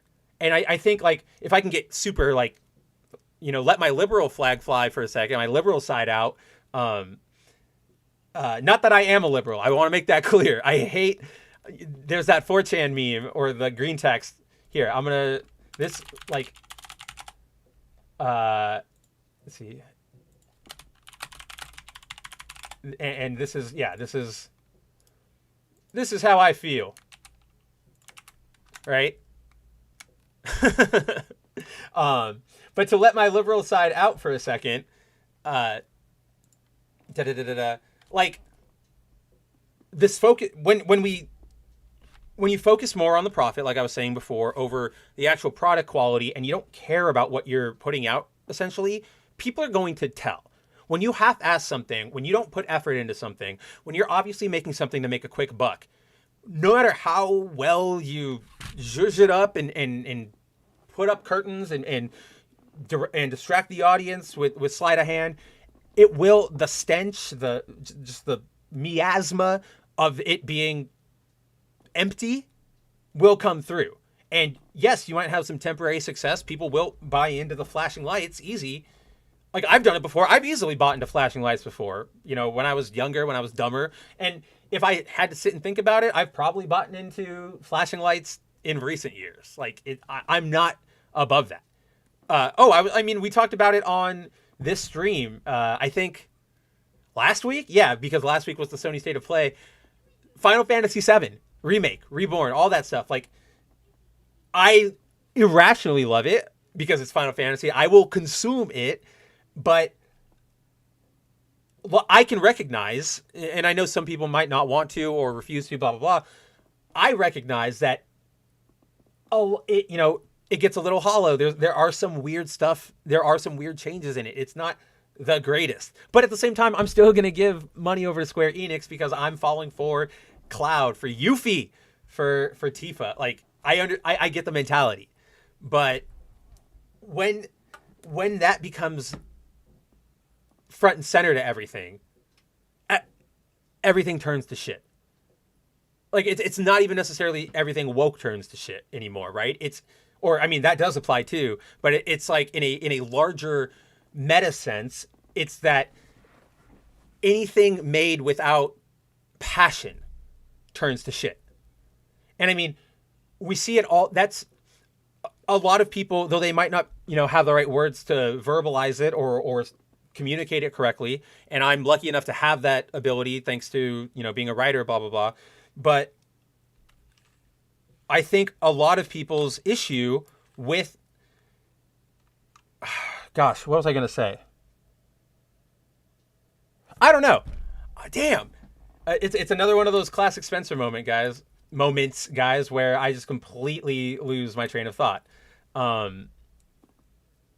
I felt like I was gonna be super poignant too, but now I'm thinking about Final Fantasy VII, and like, I want Yuffie. I want her to come back so bad. I linked back to it. Thank you, Yuffie. A lot of the people who always complain, a lot of people always take issue with the phrases of, we're making this for a modern audience. We got to update this for a larger audience. And for the reason people react so strongly to that is because that is essentially it's essentially informing us that you are going to be taking this path, that, the passion of what made this beloved by everybody, instead of leaning into that, we're going to lean a little bit more back and lean more on the merchandisable stuff. The characters, let's make more merchandise because we can make money off of them. So bring back all of these characters. Make 900 Spider-Men. Make everybody Batman because we can make more money off of them, right? I don't really care if all of these Spider-Men have any fucking link to Peter Parker or connection to him, but we can sell them to, consumers who go, oh, representation, Spider-Man. I can finally, the people who will lap it up, because unfortunately in the world, there are people who will just consume and see nothing wrong. Like, that is just who they are. And you know what? Best of luck to you. I don't want to hear your opinions on Star Wars, but best of luck to you in life. Like, I'm sure you're great people. I don't mess with the consumers anymore, because there's just no getting through to them. But yeah, like that phrase, modern audience, updated, it's such a glaring warning flag. And if we want to look at a specific example, I hate to retread things, but last week, Simon Bennett, Power Rangers. Oh, we got to move away from its tokusatsu roots if we want to have a bigger audience. Dude, what do you think made Power Rangers what it is? It's that tokusatsu-ness. These companies are not going to magically discover other people who, like, a lot of these companies, when they talk about, untapped audiences or larger audiences, they kind of assume that a lot of people out there are like uncontacted tribes who've never heard of Marvel, who've never heard of this, right? But we're in the age of the internet. If anything, we have too much communication. We know too much about each other's lives. So people generally know, oh, this is a Marvel thing, it's going to be like a superhero thing. Oh, this is a video game thing, it's going to be a video game thing. And no amount of you saying like, oh, don't worry, this is a Halo series, but it's not a Halo series. All that does is piss off people who know what you're talking about. And the people who don't are just going to go, okay, I might give it a chance, but also it's still freaking Halo. Why did you make like a Halo? Like, I don't care about video games. It doesn't work. It's bad for integrity. It's bad for everything. Like, it just makes all of our hobbies worse. Practically the death of Assassin's Creed. Oh, dude, that's exact. Assassin's Creed went that way too. You started off with a really sweet idea, Assassins, mystic, but then Ubi, or not mystic, but like intrigue, mysteries. That's what the word I was looking for. Mysteries, intrigue. And then like after 2, maybe after 3, maybe I might even extend it to 4, but that's really pushing it. Black Flag. After like those first 2 or 3, 4 banger games, Ubisoft went, oh, we can milk the shit out of this. So now you have 900 different games. Like, I know people make fun of Kingdom Hearts because they're lame and they think that it's overcomplicated, but they're just idiots for having, weird titles like 358 over 2 or Birth by Sleep. Assassin's Creed has like 9, this mobile game, 2 PSP spinoffs, a DS game, a movie. The movie is canon. It's got canon novels. I bring this up a lot because I still have not gotten over it since I learned about it earlier this year. And this is like 6 months ago, right? I learned about this and I'm still not over it. The Isu plot villain that they started off with, that Desmond fought in the first game, and then they learned was like orchestrating everything. That character, like that plot line, got resolved in a freaking comic book. Like, and it's not even a comic book from like a big publisher. I think I don't even, was it Dark Horse who did it? I don't even remember. Let me look that up. Assassin's Creed Comics. Titan Comics, guys. Like, and this is not a dig to Titan Comics at all. They produce some really great stuff. They're really good at taking chances on non-traditional comic book like material. Like, obviously they took on Assassin's Creed. Titan Comics were the same people who did the Kamen Rider comic, the 0-1 one that just came out. You know, credit where credit is due, even though it wasn't great. They also did the tie-in comic for the live-action Cowboy Bebop, so they're good. Like, I give them credit. But my main point here is, if you're trying to make this big series, this is your headlining series, this is how everybody's introduced to it, or should be if they start it at 1, right? It's this big plot line. You don't go hide that resolution in a book from a more obscure publisher who might not get stocked as much, or whose work might not have enough information available online, or who doesn't have the proper budget to let people know through advertising that this is where everything, you know, comes to an end. It's a bad move. It's just, yeah, exactly, Truth. We don't talk about that comic, but we have to talk about that comic because that's where the plot ends. Like, that's where the Isu plot ends. Like, that's what I'm saying. It's really, really bad. And they did that because, oh, we can nickel and dime, you know, this is another revenue stream that we can pull in from. And again, I want to make it very clear to anybody watching now, in post, any, you know, I doubt there any of this. I doubt this person actually, these people actually exist, but any haters trying to look for something to cancel me on, blah, blah, blah, you know, to take out of context. I fully support all the devs. I'm sure the people who worked on the comics and the books all were passionate about what, or had some amount of passion for what they were doing, or at least I'm willing to give them credit. If they were to say that like they did, I will give them credit. But it's the executives. It's all the executives who make this issue and say like, oh, make that. Assassin's Creed sucks. Assassin's Creed soap or whatever. And the more you do that, the less special everything comes, the less prestige everything sort of becomes. And I think prestige is sort of the right word, or the wrong word, cheap. Let's put it that way, right? It cheapens us here in America, or like it cheapens our stuff in America. And I'm only speaking to the American sense because I know like there are let me rephrase, because there are instances where you can merchandise the shit out of your characters. Obviously Marvel does it all the time, still popular. Kamen Rider, Ultraman, all that stuff, they do it all the time. But it's the obvious greed that radiates from the Western spheres, at least the ones we've been discussing, that people can feel. Like, you know, I see a merch tie-in from Star Wars or Sonic or whatever, and I just go like, yeah. Or, okay, Star Wars is a bad example because they're definitely nickel and diming. But let's say like Sonic the Hedgehog. And I look at it and I go, yeah, okay, like, got to get that bag, you got to get paid. But it doesn't infuriate me because it's sort of just like, hey, you do you. But then when I know that the person at the top of your company doesn't give a shit about any of this past it just being IP, then I can feel that this is slimy and gross. And let's see. Before I continue, I want to turn to the chat because we have some good comments. Black Flag from Timon. Black Flag, good mechanics, bad story. Story's all right. I kind of like, what's his name? The main guy. If anything, it has a lot of pacing issues. It goes on a little too long. And so because it goes long, you have to make things happen essentially near the end of the story. Assassin's Creed ended with Ezio. That's 2, right? Brotherhood. I will admit something, guys. I didn't play past 1 just because 1 came out in like 2008 when I was in high school and I had time to play it. And then the next few started coming out when I was in college and I had time to play it, but I was just preoccupied with other things. You know, like I was being social, I was working, I just didn't have the time. That was a really confusing sentence that I just said there, and I apologize to anybody who catches that. I'm dumb. Let's see. Timon, over 5 game laters, what happened to Earth with the release of the Isu? I don't know. It might have been answered in a novel. Like, that's what I mean, Timon. I don't know. And they've never informed if it exists.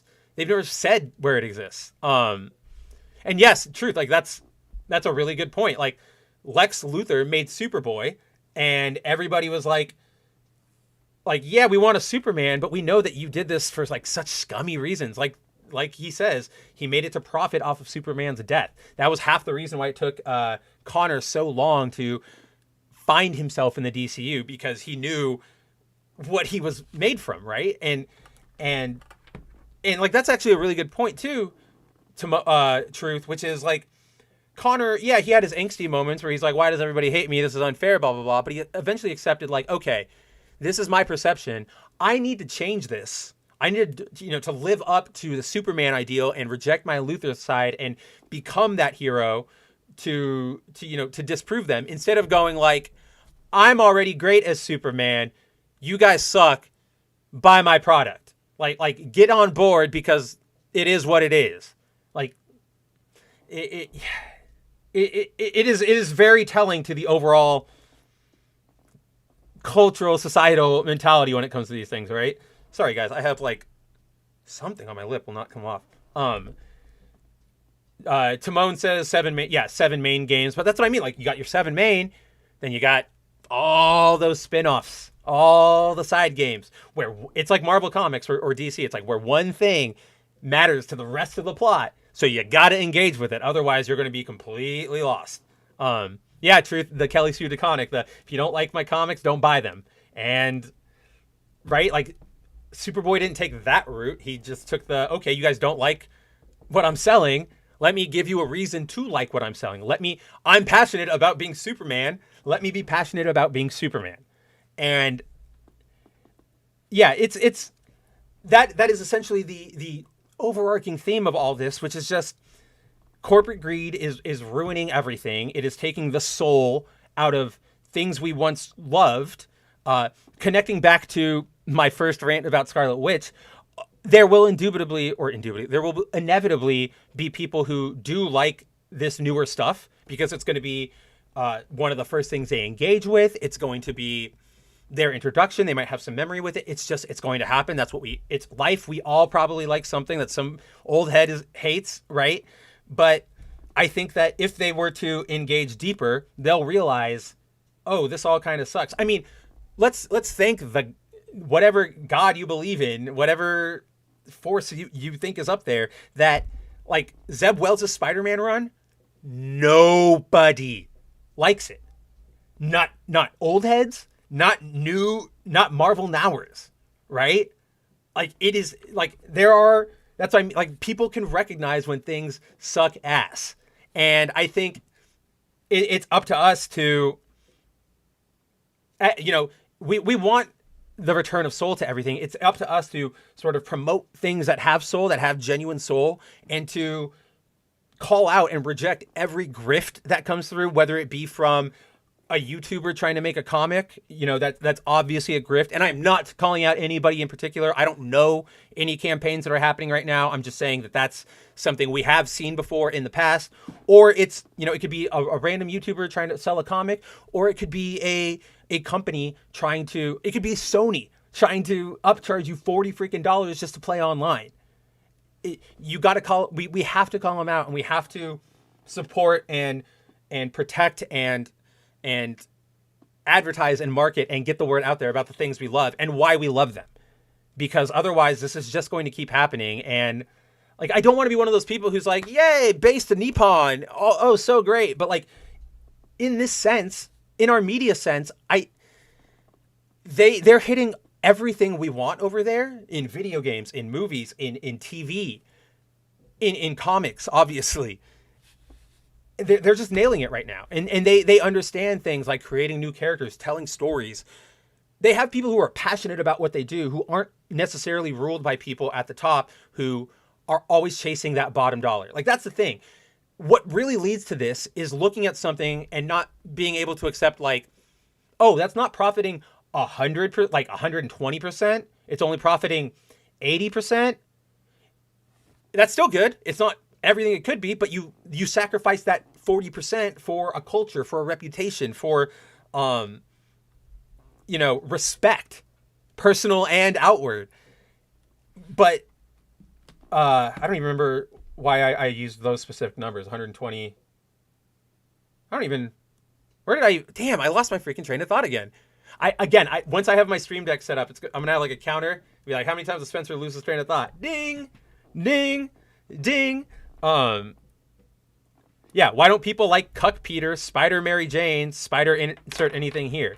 So I'm gonna push back on one thing there, but also add to it because you're all like, it's my favorite meme. It's the Fresh Prince of Bel-Air when Will Smith is talking about like being black, or I don't even think it's about being black, but he's talking about something in class, and some dude stands up and he's like, me or whatever, and he's like, that dude's like, he's got like the right, like wrong energy, but that dude's got the right idea.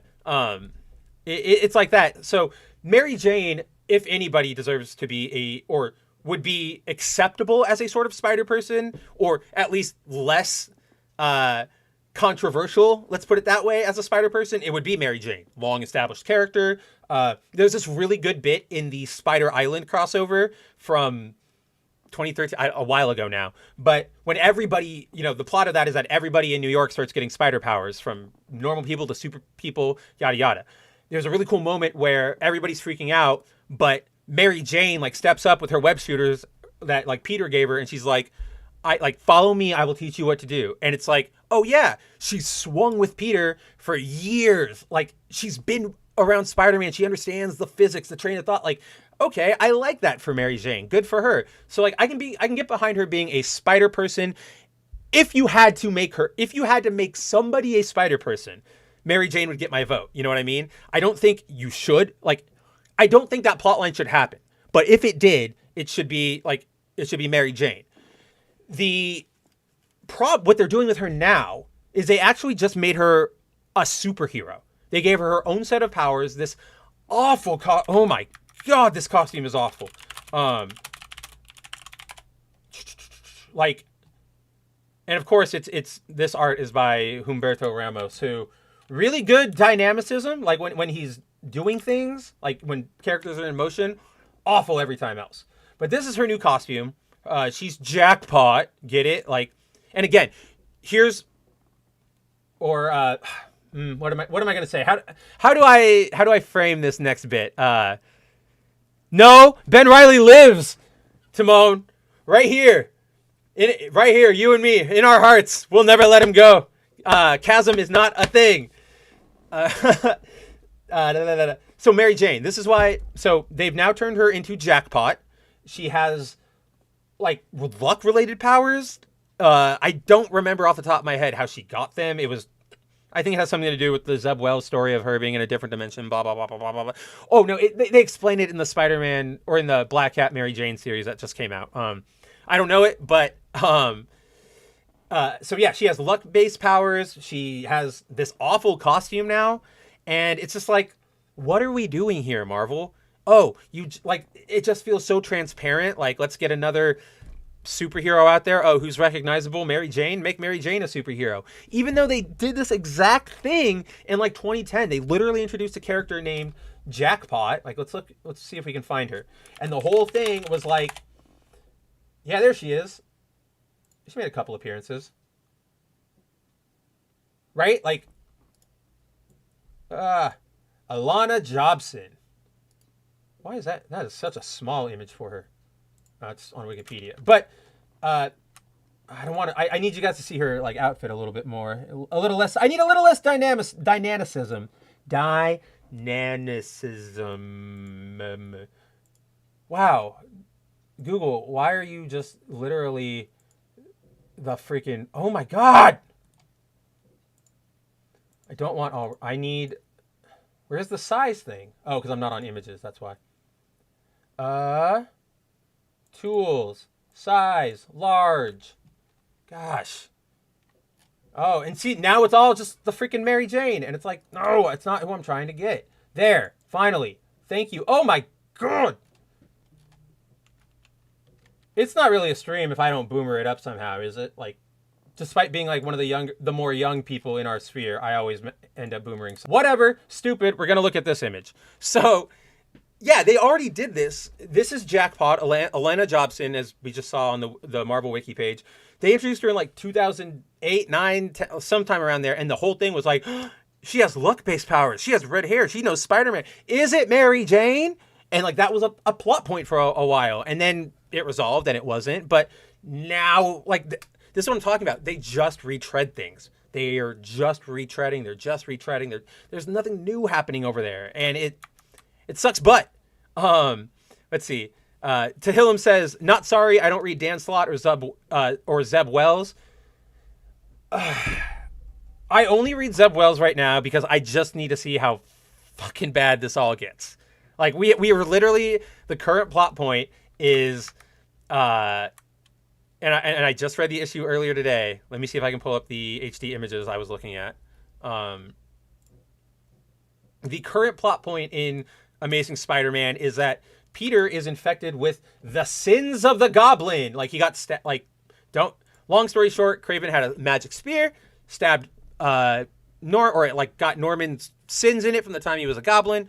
He went to stab it and give it back to Norman so that he could hunt him and prove himself the best, and Spider-Man jumped in the way. Now he's the Spider-Man who laughs, essentially. And it's just like, this is so tired. It's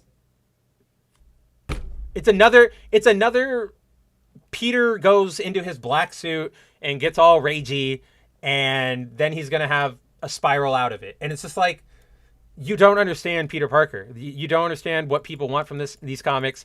You don't understand anything that's going on here, Zeb.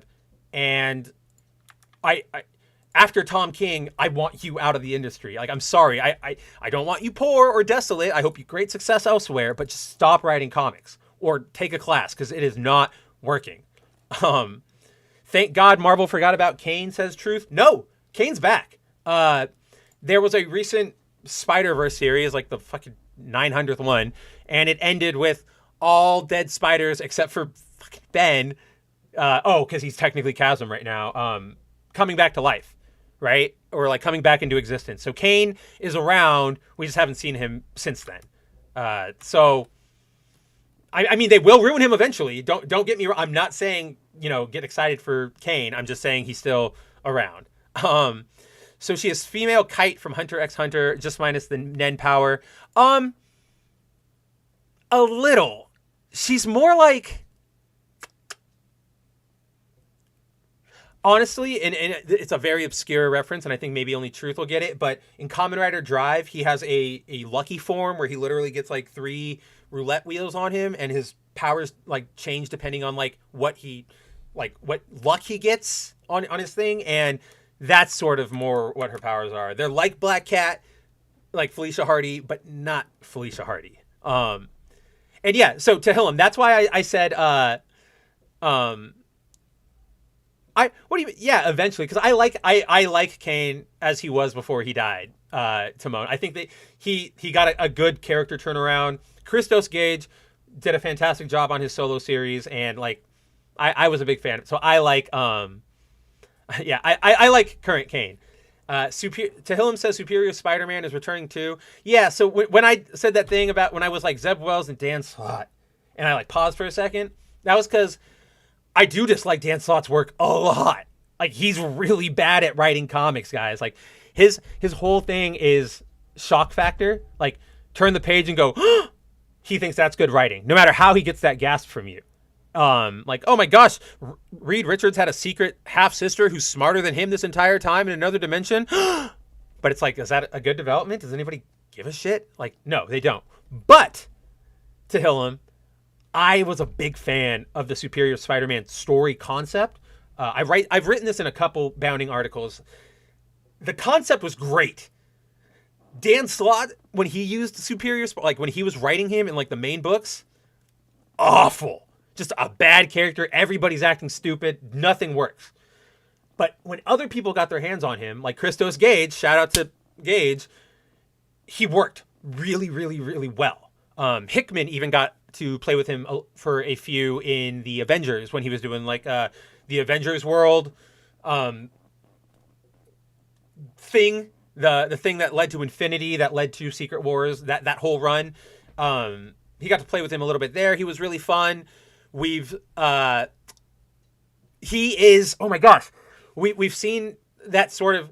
I don't know if anybody knows, because obviously, why are you reading modern comics? But during the Secret Empire storyline, there was the one cool thing to come out of it was Otto Octavius, Doctor Ock, Doc. Why did I say that? So Doc Ock used whose cloning technology was it? Oh, he cloned a bot, or he learned about the Inheritors' cloning technology, like the guys who hunt the spiders all over the multiverse. He learned about their cloning technology, how it essentially works with Palpatine style, where you have a bunch of like dummy bodies, and when you die, you transfer back in. So Otto went out and made a bunch of clone bodies that were Peter's peak, like spider DNA and everything, and his own genetic material. So essentially all of his bodies now, or at that point, were like Peter build, but like Otto features and stuff, right? It was a smart idea.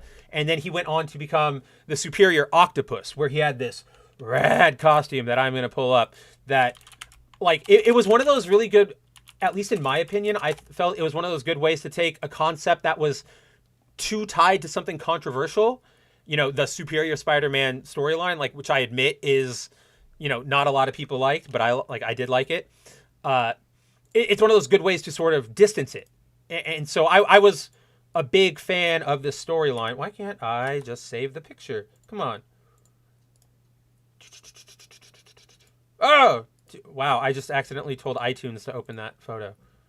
Not what I need. Come on. Oh, I was looking at, that's why. But yeah, here's what he looked like as the Superior Octopus. And yeah, like what I was saying, really cool way to sort of divorce him from the Spider-Man element of it and make it its own unique thing. I also think the costume is sick as hell.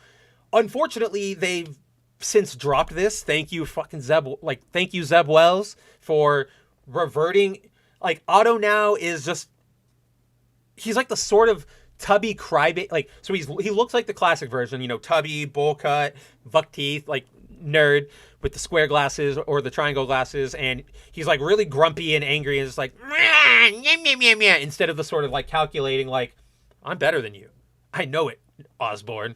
He's more just like, I'm the if anybody has seen the Scrubs episodes where they need an MRI and the guy won't give it to them, and then Elliot like gets her makeover and like slaps him down and says like, you'll do it this weekend. He does this whole thing where he's like, you don't get to tell me how to use my MRI machine. It's mine.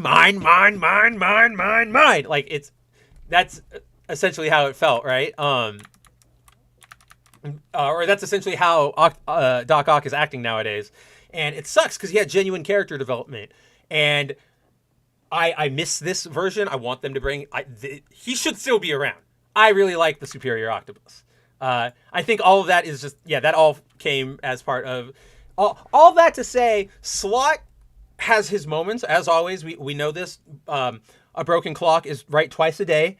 And in those moments, he has a good idea, but he never executes it well. So you have to give it over to anybody else. Any other writer can make those ideas work, but Slott himself cannot. Superior Spider-Man, a fat villain, a.k.a. Dan Slott, who'd rather steal a thin man's physique. That was pretty self-inserty, that whole run. Sins Past, One More Day, Brain, No More Marvel for me after that. That was a long time ago. I can report that most of the... Oh, no, actually. They're making a sequel to Reign. Obviously, One More Day still exists.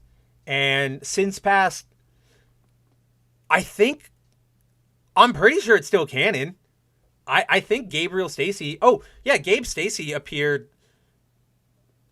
in like the post Brand New Day period when when Slott took over and was like rebooting everything into like a newer continuity post Mephisto Wish. So he's around. I know that he's around. I don't know what they're doing. I don't know if the girl is around. I don't remember her name either. But I don't want to remember it because those are some bad storylines. But I think with that little detour into the Superior Spider-Man, we are going to wrap it up tonight. I unfortunately didn't get to... Actually, no, that's doing a disservice. So let's get back to this. There's one more thing we have to talk about concerning the Xbox leaks, and that's the new Xbox refresh that we are getting. Yeah, clearly Microsoft is taking the Alexa design route. We're seeing this a lot more with. Oh, I didn't transfer over. My apologies, everyone. Clearly, Xbox is taking the more modern Alexa design route we've seen lately. Lots of routers are doing this nowadays, where they're more they're built up instead of built out. So it has better Wi-Fi. It has better storage. I don't think it has better power. It has better like sustainability, like power optimization. I don't think it actually powers up the box itself. Yeah, see, so Series X's are right here. These two. Yeah, they have the same resolution. They have the same storage space. They have the same. Oh wait, is that the same thing? I really can't tell. Oh no, it is. It is. Yeah. So, no, it's not. These are the Series X's, but essentially, let me restart all that because I was really dumb. You're gonna have more storage, or at least the default is going to be the upper end of storage, which is that 2 terabyte option that you can install on your Xboxes, but it isn't the standard. Like it's 1 terabyte standard. Then you're going to get better Wi-Fi connectivity, those sort of technologies, which I believe will happen. That it's welcome. That's just sort of a natural upward slide that our technology goes towards. Yeah, then you see the new design, I guess, the better power performance, like I was talking about. See better power usage, especially in standby mode. So anybody who's truly worried about their Xbox eating up electricity bills or anything, that's probably going to be great for you. There is a new controller, which I don't really know. To me, the controller peaked with the first 360 one, right? Like that's a great controller. And this, like, this is one of those, like, controllers are tactical, or they're like tactile, right? Like I have to touch it to understand what I'm like, to actually like say if I like it more or not. Because all I'm looking at here is like, cool button placements. The D-pad is clearly the Pro D-pad. You got grips on the, I don't know what you want to call them, the handles. It looks like there's it looks like it has special functionality with the mobile app, the Xbox mobile app. Quieter buttons and thumbsticks. So it could be great. I don't really know. I really, really like that first 360 controller. It was just a great ergonomic design. Pardon me. So, yeah, this is just their launch timelines about where they're clearly aiming for a holiday release for the newer Xbox that we just saw up there. They're going to be leaning into more like, okay, it's not leaning into it, but they are giving more attention to their sort of peripheral end. You know, you can see here, what have they funded? You know, new headsets, the mid-gen consoles, new security, new Xbox lab design lab offerings, things like that. Then you can see what they're working on that they have resources for are things like PC accessories or customizing your console somehow, probably with like shells, right? Improving the sustainability of Xboxes, so Timon, we don't run into those red rings of death.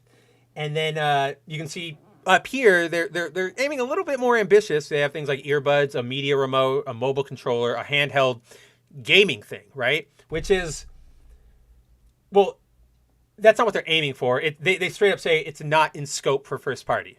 And to that end, what I was going to say is, I think it's good to aim away from this because those are sort of like quality of life. Those are features that people throw out at board meetings that they think people would want. Like, oh yeah, of course people are going to want their own special remote for using the Xbox. And oh yeah, they're going to want their own Xbox handheld to stay in their Xbox ecosystem.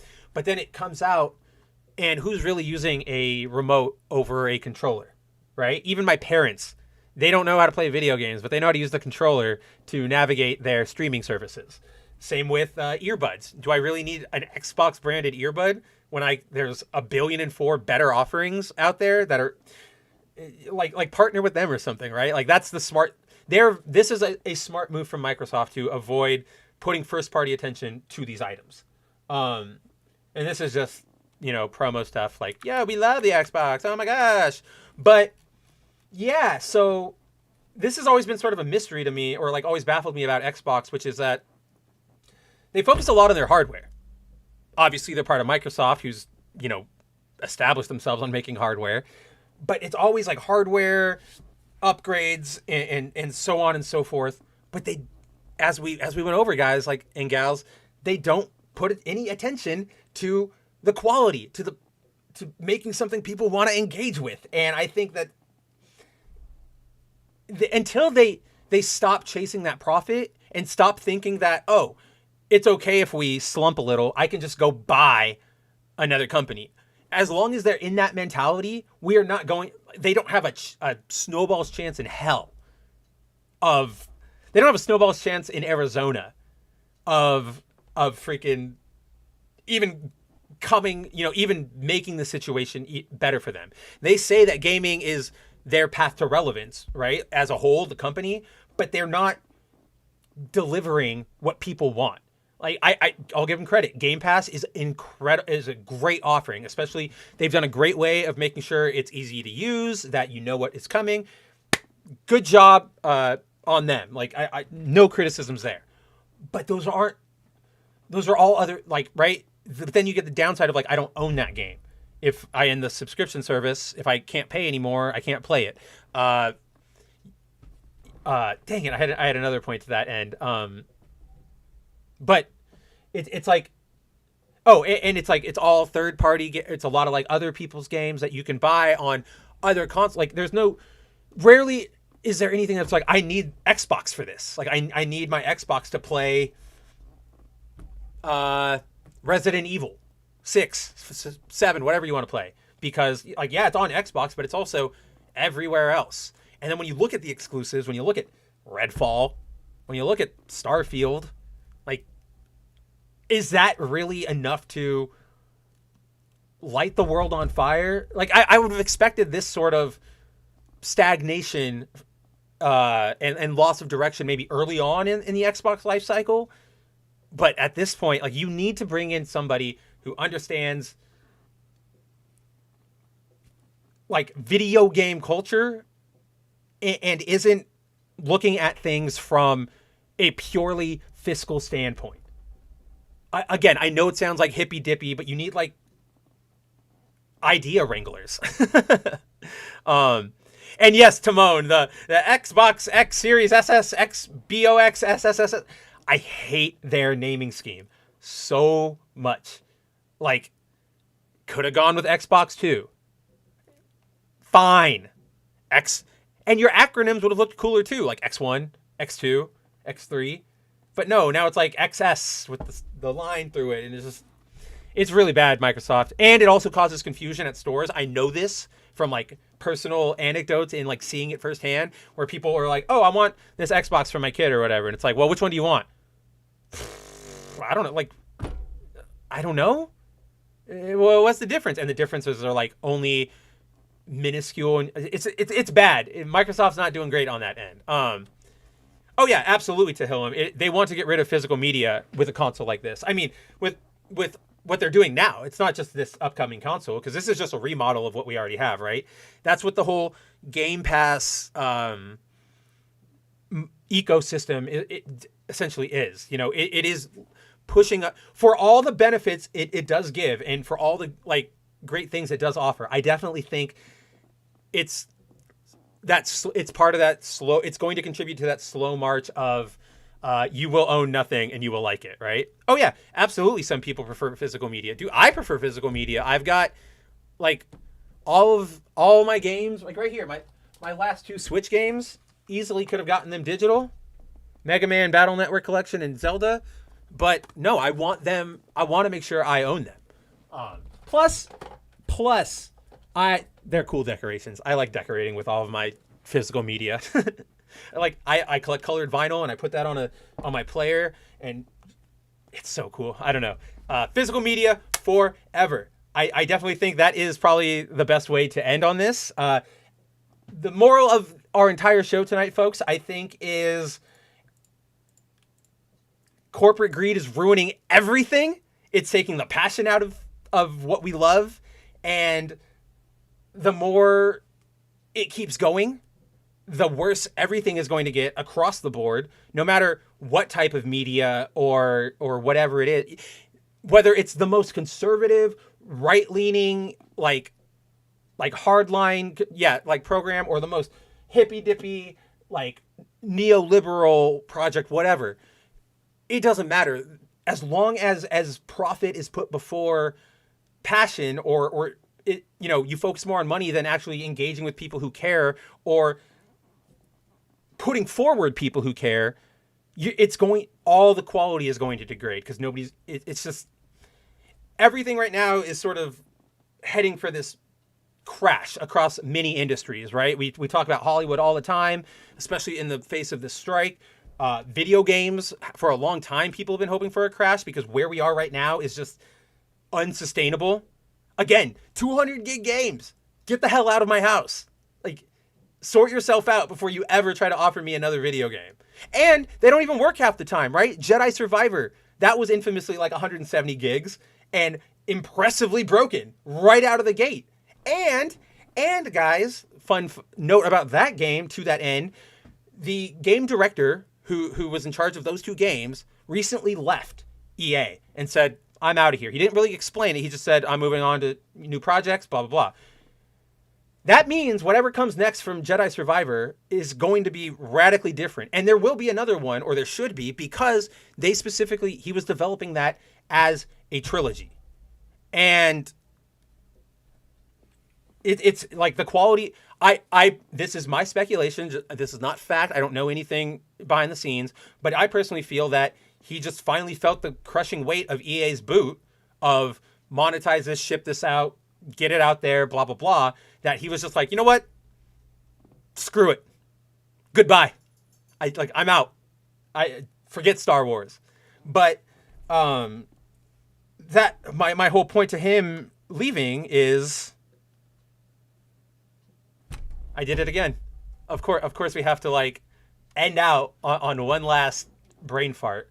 Oh man, that's just great. Fantastic. Now I'm dancing and I'm vamping. The more, oh right, I got it back. I can see what the hell I wanted. Like, I can see the tweet in my head that I'm trying to talk about, which is, it's something, I might have put it in my article about what happened. Jedi Survivor.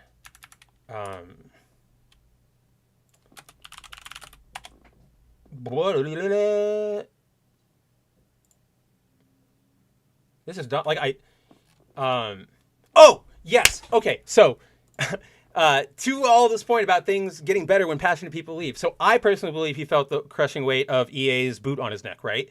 The game just got a patch, I think like last week, where it fixed some of the issues. Like, the game is not perfect, like it's not performing great or like as expected yet, so they're still working on it.